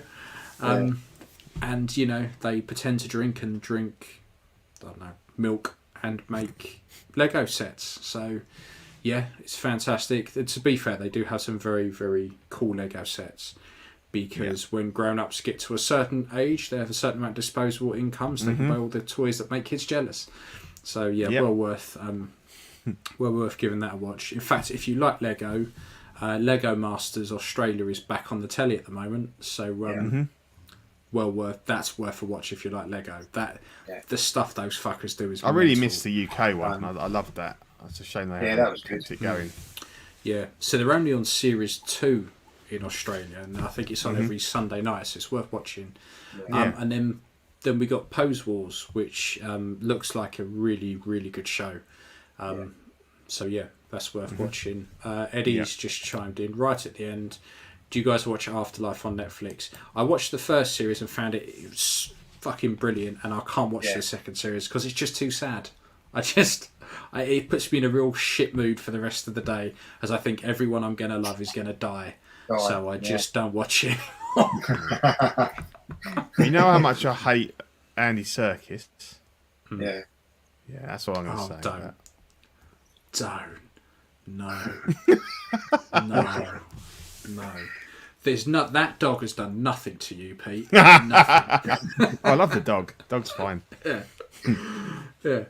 So collecting weekly clips, you will never find us on this because we're just not that organised to send timestamps over to John.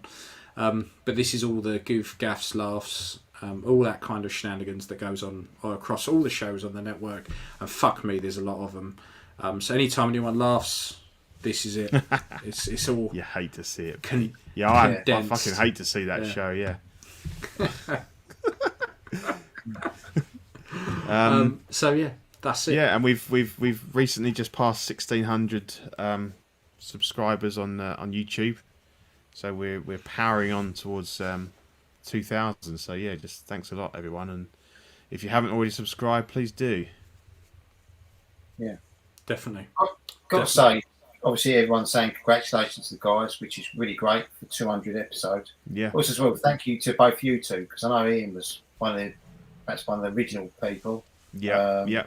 With Zach, but obviously the amount of time you guys put in, show sheets. I know you do it every other week, but it still takes a lot of time. You've both got families, but to put the content out there week after week for hours, 3 hours we've done tonight. You guys need a pat on the back as well. So, and that's why I joined Patreon, not because of anything else, but just to keep it going, because it's entertainment for me, and just by signing up means it keeps it going. It's brilliant. No one knows until you're involved how much work goes on behind the scenes, like show sheets, that kind of thing, news. And I just wanted to say on behalf of perhaps most of the Patreonies out there, thank you. Because obviously I know the guys have done 200, but there are other guys out there that put their bit in, and it's greatly appreciated. No, thanks a lot, mate. Yeah. The thing is, for us, like it's a bit of a laugh. Like we don't take it too seriously. It's nice to. It's nice to actually have a It's nice to actually have a chat. And we've always said that the moment we stop enjoying doing it, we'll stop doing it. But we like with a lot of us, we don't have people in our everyday lives that we can chat this stuff about. Like they don't know about it, or they just think it's bollocks.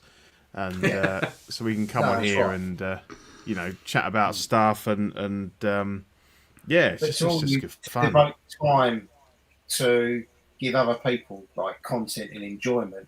I mean, really and truly, I know obviously Ian's got a son. You've got a family as well, Pete.